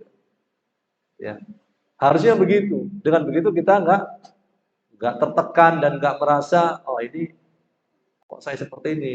Sebagian anak itu merasa ini kan orang udah dewasa, masa gini aja nggak ngerti sih, masa nggak bijak sih, ngomongnya kok kasar banget. Gitu. Nah, soalnya dia pakai standar dia. Padahal kalau menurut standar Al-Quran tadi, semakin tua, ya resikonya apa? Kebijaksanaan berkurang, ya, pengetahuan berkurang, dan akhirnya berefek kepada tingkah laku. Maka sekali lagi jangan samakan standar orang tua kita dengan diri kita yang sudah dalam keadaan posisi atau usia yang matang gitu ya. Gitu ya. Jadi ini para jamaah sekalian, apa buktinya? Ini menjadi pertolongan Allah, Muhsin. Bakti kepada orang tua. Nih, para jamaah sekalian, kalian bacakan ya hadis, tapi hadis yang panjang ini ya. Bacakan artinya saja. Ya. Rasulullah SAW bersabda, ini kisah ini sebagian mungkin para jamaah sudah tahu ya. Pada suatu hari, 3 orang berjalan, lalu kehujanan. Mereka berteduh pada sebuah gua di kaki gunung. Ketika mereka di dalam gua itu, tiba-tiba sebuah batu besar runtuh dan menutupi pintu gua. Sebagian mereka berkata pada yang lain, ingatlah amal terbaik yang pernah kalian lakukan. Kemudian mereka pun memohon kepada Allah dan bertawassul melalui amal baik tersebut, dengan harapan agar Allah menghilangkan kesulitan tersebut, yakni kesulitan dalam bentuk batu yang menutupi pintu gua. Salah satu di antara 3 orang ini berkata, ya Allah, sesungguhnya aku mempunyai 2 orang tua yang sudah lanjut usia. Sedangkan aku mempunyai istri dan anak-anak yang masih kecil. Aku mengembala kambing. Ketika pulang ke rumah, aku selalu memerah susu dan memberikan kepada kedua orang tuaku sebelum orang lain. Suatu hari, aku harus berjalan jauh untuk mencari kayu bakar dan mencari nafkah, sehingga pulang telah larut malam, ya Allah. Dan aku dapati kedua orang tuaku sudah tertidur, lalu aku tetap memerah susu sebagaimana sebelumnya. Susu tersebut, ya Allah, tetap aku pegang, lalu aku mendatangi kedua orang tua, namun keduanya masih tertidur pulas. Anak-anakku merengek-rengek nangis untuk meminta susu ini, namun aku tidak memberikannya. Aku tidak akan memberikan kepada siapapun sebelum susu yang aku perah ini kuberikan kepada kedua orang tuaku, ya Allah. Kemudian aku tunggu sampai kedua orang tuaku bangun, dan ketika pagi hari orang tuaku bangun, aku pun berikan susu ini kepada keduanya. Setelah keduanya minum, lalu kuberikan kepada anak-anakku. Ya Allah, seandainya perbuatan ini adalah perbuatan yang baik karena Engkau, ya Allah, bukakanlah, ya Allah, pintu gua ini. Maka batu yang menutup pintu gua itu pun bergeser. Ya. Jadi ini pertolongan Allah yang langsung, ya. Gak pakai usaha nih, gak pakai usaha maksimal, gak pakai dorong-dorong. Ya. Ini menunjukkan bagaimana hebatnya bakti kepada orang tua. Jadi ingat sebenarnya Allah itu kalau mau menolong kita, gak butuh perantara pun bisa sebenarnya. Kayak kasus ini, ya. Gak pakai alat berat, gak pakai dorong-dorong, gak pakai alat peledak, bergeser. Ya. Namanya karomah. Tapi dengan cara apa? Dengan cara berbakti kepada orang tua. Coba nih perhatikan para jamaah sekalian juga nih, ya. Sini sebutkan. Dia mendahulukan bapak ibunya untuk mendapatkan susu sebelum anak-anaknya. Nah, sekarang kadang-kadang sebagian orang itu, ya maaf saja, ya, susu anak-anaknya mewah, bagus, kualitas bagus, ya, mahal, ya. Tapi susu untuk orang tuanya yang paling buruk. Nah, ini nggak bagus. Ya, anak-anaknya minta apapun diberi, mainan apapun dibelikan. Begitu orang tua nelpon ngasih tahu, nak, pulsa mama mau habis nih, pulsa ayah mau habis. Kan baru kemarin ada pulsa, sekarang lagi, kita lagi. Padahal cuma 50.000, anak-anaknya mainannya 100.000, 200.000. Dan ingat para jamaah sekalian, seorang wanita, seorang istri juga kadang salah paham ketika dikatakan oleh hadis bahwasanya bakti istri itu kepada suami, katakannya. Karena dia mengatakan seandainya aku perintahkan seseorang sujud kepada orang lain, maka aku akan perintahkan istri sujud kepada suaminya. Ada sebagian wanita yang salah paham dan dia berpikir kewajiban dia untuk berbakti kepada orang tua putus dengan ketika dia sudah menikah. Salah besar ini para jamaah sekalian. Kewajiban orang kepada orang tua meskipun sudah menikah tetap ada. Ya, cuma proporsinya tentu berbeda-beda. Jadi jangan sampai ketika sudah menikah sudah lost kontak dengan orang tuanya. Ya. Semuanya waktunya untuk suaminya, untuk anaknya. Dia lupa dengan orang tuanya, seakan-akan dia keluar dari batu perempuan tersebut, tidak keluar dari orang tua. Ini salah besar. Salah besar. Dalam suatu hadis disebutkan para jamaah sekalian, ya. Ketika ada laki-laki datang menuju Nabi SAW, ya. Nabi pun ngomong kepada dua orang ini, kalian meninggalkan istri kalian ya? Kok Nabi tahu? Ya, di kampung kalian, istri kalian itu, ya, Masya Allah, ya. Ketika ada musuh menyerang kampung kalian, istri kalian itu menggotong ibunya, ya. Kaki ibunya ditaruh di atas kaki dia, yang kaki kanan di atas darah yang kanan, kaki kiri di atas yang kiri. Kemudian dia berjalan supaya ibunya tidak menginjak padang pasir yang panas. Kabarkan kepada mereka bahwasanya Allah mengampuni mereka. Masya Allah. Sampai segitunya. Ya. Maka sekali lagi, sabarlah kepada orang tua. Ya. Para jamaah sekalian, laki-laki maupun perempuan. Dan jangan salah paham juga, kepada mertuanya dia baik, kepada orang tuanya dia nggak baik. Salah kaprah. Seorang laki-laki wajib berbakti kepada orang tuanya. Berbakti, ingat. Seorang perempuan wajib berbakti kepada orang tuanya. Ya. Suami wajib berbakti kepada orang tuanya. Istri wajib berbakti kepada orang tuanya, tapi kepada mertua sifatnya ihsan, bukan bakti. Beda. Ihsan itu di bawah level bakti. Ya. Ihsan itu di bawah level bakti. Sebagian orang salah paham, mumpung dia kumpul, dia satu rumah dengan mertuanya, dia sangat baik kepada mertuanya. Tapi kepada orang tuanya dia tidak seperti itu ketika datang berkunjung. Jadi ingat ya para jamaah sekalian, setelah menikah kewajiban berbakti tidaklah gugur. Ya. Tapi tentu ada prioritas nanti ya para jamaah sekalian. Ada prioritas, nanti ada hukum. Bagaimana kalau bisa terjadi gesekan dan yang lain-lain. Ini tentu masalah lain ya para jamaah sekalian. Berikutnya, kalau orang tua sudah wafat gimana Muhsin? Tetap ada bakti. Ya, ingat, meskipun orang tua wafat masih ada kewajiban berbakti. Dalam hadis disebutkan dari Abu Usaid Malik bin Rabi As-Sa'idi, dia berkata, ketika kami berada di sisi Rasulullah SAW, tiba-tiba datang seorang dari Bani Salimah, dia berkata, wahai Rasulullah, apakah masih ada bentuk berbakti kepada kedua orang tuaku ketika mereka telah meninggal dunia? Rasulullah SAW menjawab, "Na'am, as-salatu 'alaihima wal istighfaru lahuma wa infadu 'ahdihima min ba'dihima wa silatur rahim allati la tusalu illa bihima wa ikramu sadiqihima." Ya, masih ada kewajiban berbakti kepada orang tua meskipun orang tua telah wafat. Dengan cara apa kata Nabi SAW? Mendoakan kedua orang tua. Ya. Meminta ampun untuk kedua orang tua.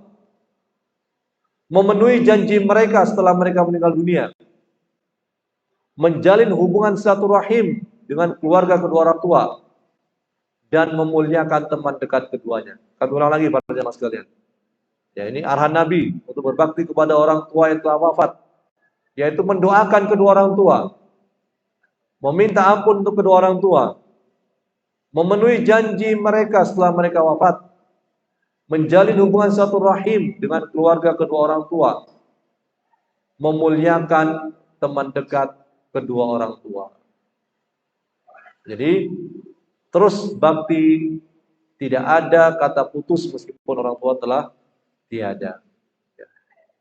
Nah ini para jamaah sekalian, ada ya 6 hal ya supaya Allah segera menolong kita. Ini mungkin karena waktu kita terbatas. Ini ada waktu sekitar 15 atau 16 menit. Ya para jamaah sekalian, semoga Allah Subhanahu wa taala memberikan kita ilmu dari apa yang kita bahas pada kali ini. Dan apabila ada pertanyaan silakan sampaikan.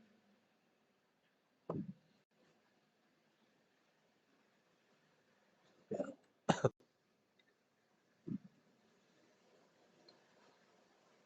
Ada pertanyaan para jamaah sekalian?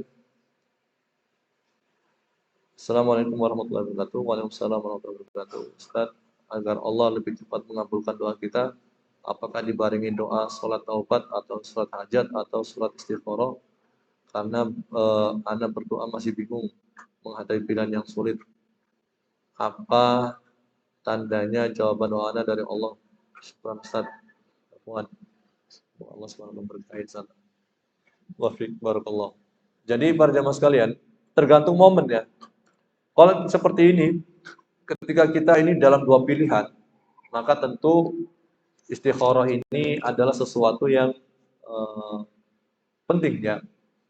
Jadi kalau memang kita dihadapkan pada dua pilihan, doanya kan kita bingung di antara dua pilihan atau lebih gitu ya.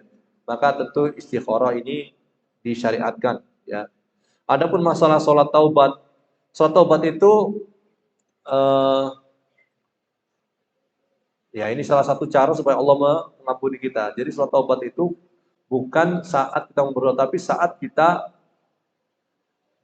setelah jatuh dalam dosa gitu ibaratnya. Sholat taubat ini, 2 rakaat ini. Maka bukan dihubungkan dengan doa, tapi lebih saat seseorang itu sudah melakukan dosa maka segera sholat taubat gitu ya. Ya. Sholat hajat. Wallahu ta'ala alam ya. Ini ada sholat hajat. Nanti kami kami akan, setahu kami ya, sholat hajat ini mungkin ada yang mengatakan boleh, ada yang mengatakan tidak ya. Tapi intinya adalah kalau mau aman ya, kalau ada perbedaan pendapat para ulama ya, tanpa ini nggak masalah gitu ya, tanpa sholat hajat insyaallah ya. Jadi sholat taubat itu dilaksanakan setelah berbuat dosa ya, supaya Allah mengampuni kita, tapi jangan jadikan sebagai apa namanya, politik. Saya berbuat dosa deh nanti gampang kalau taubat, nah gitu. Tapi kita bertobat itu, tobat itu kan para jamaah sekalian disyaratkan ada beberapa hal, yaitu apa? Ikhlas lillahi ta'ala, kemudian berhenti seketika, kemudian menyesali, dan bertekad untuk tidak kembali. Ini 4 hal ya. Nah, kalau misalnya orang itu masih berniat untuk kembali, berarti tobatnya tidak maksimal tentunya ya. Adapun saat istikharah, maka ini kembali kepada apa? Kembali kepada doanya, apa yang diinginkan. Kalau doanya misalnya saya ingin supaya Allah itu memberi rezeki yang saya rezeki saya hal dan barokah dan banyak, maka nggak perlu sholat istikharah ya. Tapi kalau misalnya kita dihadapkan dua pilihan, misalnya ada yang mau melamar misalnya, ya sama-sama baik semuanya gitu ya, sama-sama layak untuk dinikahi, tapi kita bingung gitu ya, maka bisa sholat istikharah. Ini contohnya aja ya gitu. Termasuk juga kalau kita memilih lembaga pendidikan yang akan kita uh, belajar di situ ya. Assalamualaikum warahmatullahi wabarakatuh. Bagaimana mendeteksi bahwa hadis ini lemah atau sahih? Nah, mendeteksi hadis ini lemah atau sahih para jamaah sekalian, tentu ini sama seperti ilmu-ilmu yang lainnya. Ada ilmu usul hadis atau kita sebut dengan mustalah hadis ya. Nanti kita mempelajari sanadnya, kita pelajari matannya gitu ya. Kalau kita misalnya nggak ngerti, ya seperti orang awam, ya kita sama seperti hukum fikih ya, kita ikuti ulama yang kita percayai gitu ya. Ulama hadis juga ada yang kita percaya, ada yang mungkin kita tidak bisa total gitu ya. Karena ulama hadis juga ada perbedaan pendapat juga ya. Ada yang mengatakan hadis sahih, ada yang mengatakan hadis dhaif. Contohnya misalnya hadis adzan ya ketika bayi lahir misalnya. Ya, ada yang mengatakan sahih, ada yang mengatakan dhaif ya. Kemudian misalnya contoh hadis kunut subuh misalnya, ya, ada yang mengatakan sahih, ada yang mengatakan dhaif. Maka orang awam kalau dia nggak belajar ilmu hadis, usul hadis ya, ya mau nggak mau dia harus ikut. Dia lihat nih perkataan ulama nih, dilihat nih ulama ini belajarnya sedemikian lama, kemudian dia terkenal dengan komitmennya terhadap Al-Quran dan Sunnah Nabi SAW. Dia juga berhati-hati. Maka saya kayaknya lebih nyaman dengan ulama ini yang menghukumi hadis seperti ini, misalnya begitu. Contohnya begitu ya. Ini kalau kita bingung gitu ya.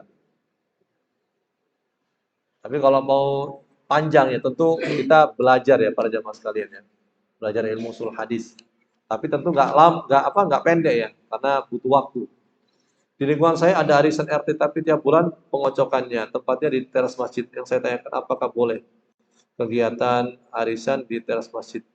Terasnya kalau sholat Jumat atau terawih suka dipakai sholat. Masjid ini para jamaah sekalian dipakai tidak boleh dipakai untuk sesuatu yang sifatnya komersial. Sewa menyewa, jual beli, kemudian akad-akad lain yang sifatnya komersial itu tidak boleh. Gitu ya. Makanya kan bahkan sampai yang sifatnya itu mengumumkan barang hilang saja ya, itu saja dipermasalahkan gitu ya. Atau mengumumkan ada barang hilang dipermasalahkan gitu, karena sifatnya bukan untuk ibadah tapi lebih kepada sifat duniawi. Tapi masjid juga ada pernah digunakan Nabi SAW untuk orang latihan perang, untuk diskusi masalah akhirat. Ya zaman Nabi ya, para jamaah sekalian. Ya, latihan perang itu bentuknya semacam semacam ya latihan kayak memakai tombak dan seterusnya ya, bukan latihan perang yang tembakan seperti zaman sekarang ya. Nah, sekarang arisan ini jenisnya apa? Arisan ini kan akadnya apakah komersial ya secara umum yang untuk duniawi murni, ataukah ada untuk akhiratnya. Kalau misalnya arisan ini ya para jamaah sekalian, arisan ini untuk kebutuhan pokok, misalnya orang sangat-sangat butuh ya. Ya semoga saja sih tidak apa-apa gitu ya, karena saling membantu untuk kebutuhan sosial gitu ya, untuk bantu orang yang fakir miskin ya. Misalkan anggotanya itu sama-sama ya, bukan orang yang kaya gitu. Tapi kalau misalnya arisannya ini arisan tas 200 juta dan yang lain, maka tentu meskipun ini bukan jual beli atau utang, tapi tentu dihindari gitu ya. Begitu. Dan paling amannya lagi tentu ya jangan di tempel masjid gitu ya. Dari tempat lain, salah satu rumah anggota gitu. Itu tentu lebih aman. Baik, udah ya, ada yang enggak? Masih ada? Ah, iya.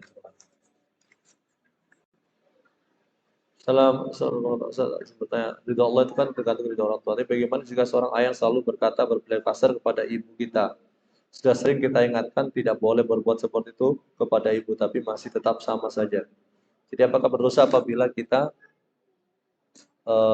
anak-anak ini membenci ayah kita sendiri? Jadi ya ini terjadi ya, nggak satu dua ya. Orang tua yang mungkin bisa jadi dari awalnya temperamental, semakin tua maka semakin tidak terkendali. Ya, semakin tua semakin tidak terkendali. Dan kita juga tidak bisa menyalahkan ibu kita. Mungkin bisa jadi ibu kita itu dijodohkan. Dan orang dulu kan kalau nikah itu kan nggak mesti didasari cinta gitu ya. Ya dijodohkan dan taat kepada orang tua dan dia ikut saja. Dan ketika sampai dia terus bertahan bertahun-tahun ya karena apa? Demi anak-anak, demi keluarga besar gitu. Ya, meskipun orang suaminya temperamental gitu ya. Maka ini tentu seperti ini ya. Seorang anak itu tetap wajib apa? Tetap wajib untuk menasihati, yang jelas ya. Tapi dengan cara yang bijak tentunya. Karena orang tua kan merasa saya ini sudah makan asam garam kehidupan, kamu itu masih kecil. Nah, gimana caranya supaya orang tua itu mendengar nasihat kita? Bukan kita dengan ngomong langsung, jadi kita misalnya mengajak orang tua kita kepada kiai, ajengan atau ustadz yang dia anggap ustadz itu atau ajengan itu atau kiai itu adalah orang yang punya wibawa. Nah, kita ceritakan sebelum kita datang kepada ustadz tersebut, kepada kiai tersebut, orang tua saya punya penyakit begini, begini, begini. Maka apa? Dengan begitu misalnya, maka semoga kiai tersebut berikan nasihat dan orang tua kita ini apa? Orang tua kita ini kembali kepada jalan yang benar. Meskipun kalau ini sifatnya sekali lagi ya, sifatnya temperamental sejak kecil, ini agak susah, tapi ya namanya orang ya, paling tidak dia harus bertahan dan apa namanya berusaha gitu. Nah sebagai anak gimana, benci nggak? Nabi Ibrahim alaihissalam, Nabi Ibrahim alaihissalam itu kan dalam surat Maryam sebutkan, ya, la illam tantahi la arjumannaka wahjurni maliya. Qala salamun alayka sa'astaghfiru laka rabbi innahu kana bi hafiya wa'tazilukum wa ma tad'un min dunillahi wa ad'u rabbi 'asa alla akuna bidu'ai rabbi syaqiya. Surat Maryam itu kan ngomong gini, Azar, bapaknya Ibrahim. Ibrahim, kalau engkau nggak berhenti mendakwahkan tauhid ini, aku akan melemparimu dengan batu. Kata Azar, biarkan aku sendiri. Bayangkan, bapaknya seperti itu, ya, bapaknya seperti itu. Apa jawaban Ibrahim? Ya, apa namanya? Sa'astaghfirulaka rabbi innahu kan, aku akan minta ampun untuk Allah, minta ampun untuk engkau kepada Allah Subhanahu wa taala. Ya. Jadi keselamatan untuk engkau wahai ayahku. Jadi jawabannya berapa? Keselamatan untuk engkau wahai ayahku. Ketika diancam dengan lemparan, apa yang jawaban Ibrahim? Keselamatan untuk engkau wahai ayahku. Semoga keselamatan untuk engkau. Jawabannya enggak jawaban yang keras, tapi malah apa?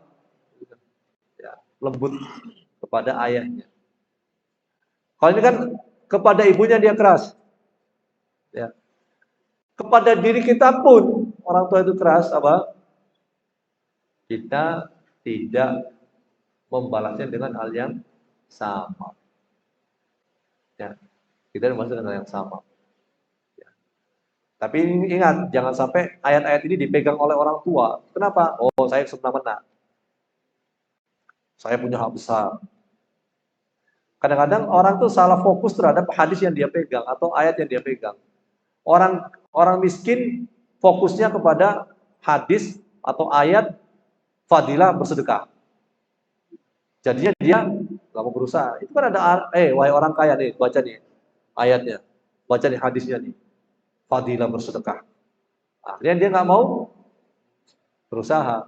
Orang kayanya pegang apa? Hadis, sebaik-baik orang itu apa? Bekerja dengan tangannya, seperti Nabi Daud. Nih orang miskin, kamu jangan minta-minta, lihat nih. Akhirnya dia pelit. Sama ayat ini, kalau dipegang orang tua yang nggak benar juga, oh ini saya orang tua semena-mena boleh. Nggak gitu. Ya ini saya ngomong kan dalam artian apa? Ini kan masalahnya apa? Masalah untuk kita mendapat pertolongan Allah. Ya. Maka sekali lagi, kita semua harus imbang gitu ya, melihat itu ya. Ada hak dan kewajiban harus imbang. Nah kembali ke masalah kita. Jadi kepada penanya, ya tentu kita tidak tidak respon dengan respon yang sama ya, jangan benci ya. Karena kalau tidak ada orang tua kita juga tidak ada, kita nggak ada kesempatan untuk masuk surga akhirnya. Kalau kita nggak ada, ya kita nggak ada kesempatan untuk masuk surga. Tetap orang tua itu berjasa gitu ya. Bahkan meskipun seorang anak itu dibuang di sampah, kewajiban berbakti itu nggak gugur para jamaah sekalian. Di kecil bayi itu dibuang di sampah, dewasa apakah gugur? Enggak, ya, nggak gugur. Ini terakhir ya. Ustaz, merawat orang tua yang sudah pikun itu kan berat. Bagaimana cara menghadapinya sehingga dapat keutamaan untuk mendapatkan pertolongan Allah? Syukur. Nah, pertanyaan teknis nih ya. Berat banget nih. Tambahan Ustaz, belum pikun seluruhnya, tapi berubah-ubah. Kadang sadar, kadang pikun. Saya kasih tips ya, para jamaah sekalian. Kalau memang kita nggak kuat, bener, sangat berat nih, kita sewa ART, atau asisten, atau perawat. Ya. Tapi kita tetap awasi di rumah kita gitu ya. Awasi ya, karena mungkin kita bekerja atau kita ya. Ya. Karena kita mungkin sebenarnya perempuan tuh boleh bekerja nggak sih Muhsin? Ya boleh aja selama tidak selama tidak melanggar syariat ya, gitu kan. Ya, misalkan suaminya atau mungkin suami sedang tidak ada, dia harus bekerja, mandi tulang gitu ya, harus keringat dengan orang tua ini rewel, maka bisa sewakan asisten gitu. Kalau memang ada uang. Kalau nggak ada uang, saya sarankan gini, kayak tadi ya, kita mindset kita rubah. Ini anak kecil nih di hadapan saya nih, ya, anak kecil di hadapan saya, dan tentu anak kecil tuh nggak bisa diajak berpikir logis sebagaimana orang yang sudah matang. Ya. Maka jangan diambil hati. Saya yakin para jamaah, kalau kita mengambil hati semua perkataan anak kecil, kita ngenes nih. Ya. Anak kecil dia minta ini, minta itu, dia nangis di pasar, bikin malu, dan kalau kita ambil hati, ya kita ya kayak sebagian orang tua itu memukuli anaknya di depan umum gara-gara apa? Anaknya nangis ya, keras gitu. Padahal namanya anak kecil. Ya, meskipun tentu ada batasan-batasan ya. Ya. Ada batasan-batasan yang perlu kita perhatikan. Jadi intinya adalah tetap kita minta tolong kepada Allah dengan maksimal, kemudian kita merubah mindset kita, dan kalau mau itu diberi air ruqyah. Kita bacakan nih Al-Fatihah atau surat ayat yang lain di air minum, kemudian kita kasih minum beliau. Semoga saja apa? Allah ringankan. Ya. Ini kan karena Al-Quran itu kan obat gitu ya. Kalau kita pijit-pijit sambil kita apa? Kita bacakan ya Al-Quran gitu ya. Semoga apa? Itu akan memperingan ya pikun beliau gitu ya, atau bahkan bisa menunjukkan kesembuhan beliau. Karena Al-Quran itu adalah obat gitu ya, pada sekalian. Ya. Dan ingat, semakin besar cobaan dan musibah maka semakin besar pahala. Nabi mengatakan, "Inna idomal jaza ma idomil bala wa inna Allah idza habba qauman ibtalahum wa man radiya falahu ridha wa man sakhita falahu sukhut." Ya. Besarnya ujian, besarnya pahala bergantung besarnya ujian. Ya. Allah apabila mencintai seorang mencintai suatu kaum, maka Allah akan menguji mereka. Barang siapa ridho terhadap ujian tersebut, maka Allah ridho kepada mereka. Dan apabila mereka benci kepada ujian tersebut, maka Allah pun benci kepada mereka. Jadi orang tua ini kita anggap sebagai apa pada jamaah sekalian, kunci kita ke surga sebagaimana sabda Nabi SAW gitu ya. Ya, jadi mungkin kita nggak bisa sholat tahajud banyak-banyak, puasa sunnah banyak-banyak, tapi bisa jadi kita masuk surga gara-gara orang tua kita. Kita nggak bisa sedekah banyak-banyak kepada fakir miskin, tapi sabarnya kita ini menjadi kunci kita untuk masuk ke surga Allah Subhanahu Wa Taala. Dan bisa jadi nanti Allah akan, ya ini kemungkinan besar ya. Ini nama al-jazaa jinsil amal. Allah akan memberikan perawatan kita terbaik ketika kita tua nanti, karena kita merawat orang tua kita dengan baik. Meskipun kita punya, ada orang nggak punya anak, para jemaah sekalian, ya, dia merawat orang tua dengan baik. Nanti yang merawat saya siapa? Mesti kalau saya tua. Nah, ada orang-orang lain yang jadi merawat kita seperti anak kita sendiri, dan itu sangat mudah dan tidak sedikit terbukti di lapangan. Maka kita berbuat baik saja, ya, seperti surat Al-Kahfi, bagaimana ketika orang tua itu baik, maka Allah pun menjaga anak-anaknya. Baik, mungkin ini saja para jamaah sekalian pembahasan kita pada kesempatan kali ini, dan semoga saja Allah Subhanahu Wa Taala berkenan untuk menolong kita sesegera mungkin, memberikan kita solusi untuk semua masalah kita, dan semoga Allah Subhanahu Wa Taala memberikan kita kesabaran untuk musibah-musibah yang kita hadapi. Dan para jamaah sekalian, kami doakan semoga para jamaah yang dalam keadaan sakit segera Allah angkat penyakitnya. Apabila ada keluarga yang sakit, maka semoga Allah segera angkat penyakitnya. Allah Maha Kuasa, Allah adalah Asy-Syafi, la syifaan illa syifaa, syifaan la yughadiru saqama. Kesembuhan dari Allah itu tidak ada efek sampingnya. Apabila ada para jamaah yang dalam keadaan kesulitan ekonomi, banyak utang, maka semoga Allah segera bayarkan utang-utangnya. Allah mudahkan rezekinya, karena Allah adalah Ar-Razzaq yang memberi rezeki. Ya Allah, rezeki Allah Subhanahu Wa Taala itu sangatlah Allah mampu, artinya Allah berikan kita atau pun Allah mampu. Tapi kita hanya perlu menunjukkan kepada Allah untuk usaha kita. Dan semoga saja bila ada orang tua setelah meninggal dunia atau kakek nenek yang telah meninggal dunia, maka semoga Allah Subhanahu Wa Taala berkenan untuk mengampuni dosa-dosa mereka di alam kubur, memberikan mereka nikmat kubur dan menjauhkan mereka dari adab kubur. Semoga Allah Subhanahu Wa Taala memberikan kita kenikmatan masuk surga tanpa hisab dan tanpa adab. Semoga Allah Subhanahu Wa Taala memberikan kita kehidupan yang baik, memberikan kita kebahagiaan di dunia, di alam kubur dan di akhirat kelak. Kita tutup kafar kepada subhanallah bihamdika asyhadu an la ilaha illa anta astaghfiruka wa atubu ilaik. Wassallallahu ala nabiyina Muhammad wa ala alihi wasallam. Assalamualaikum warahmatullahi wabarakatuh.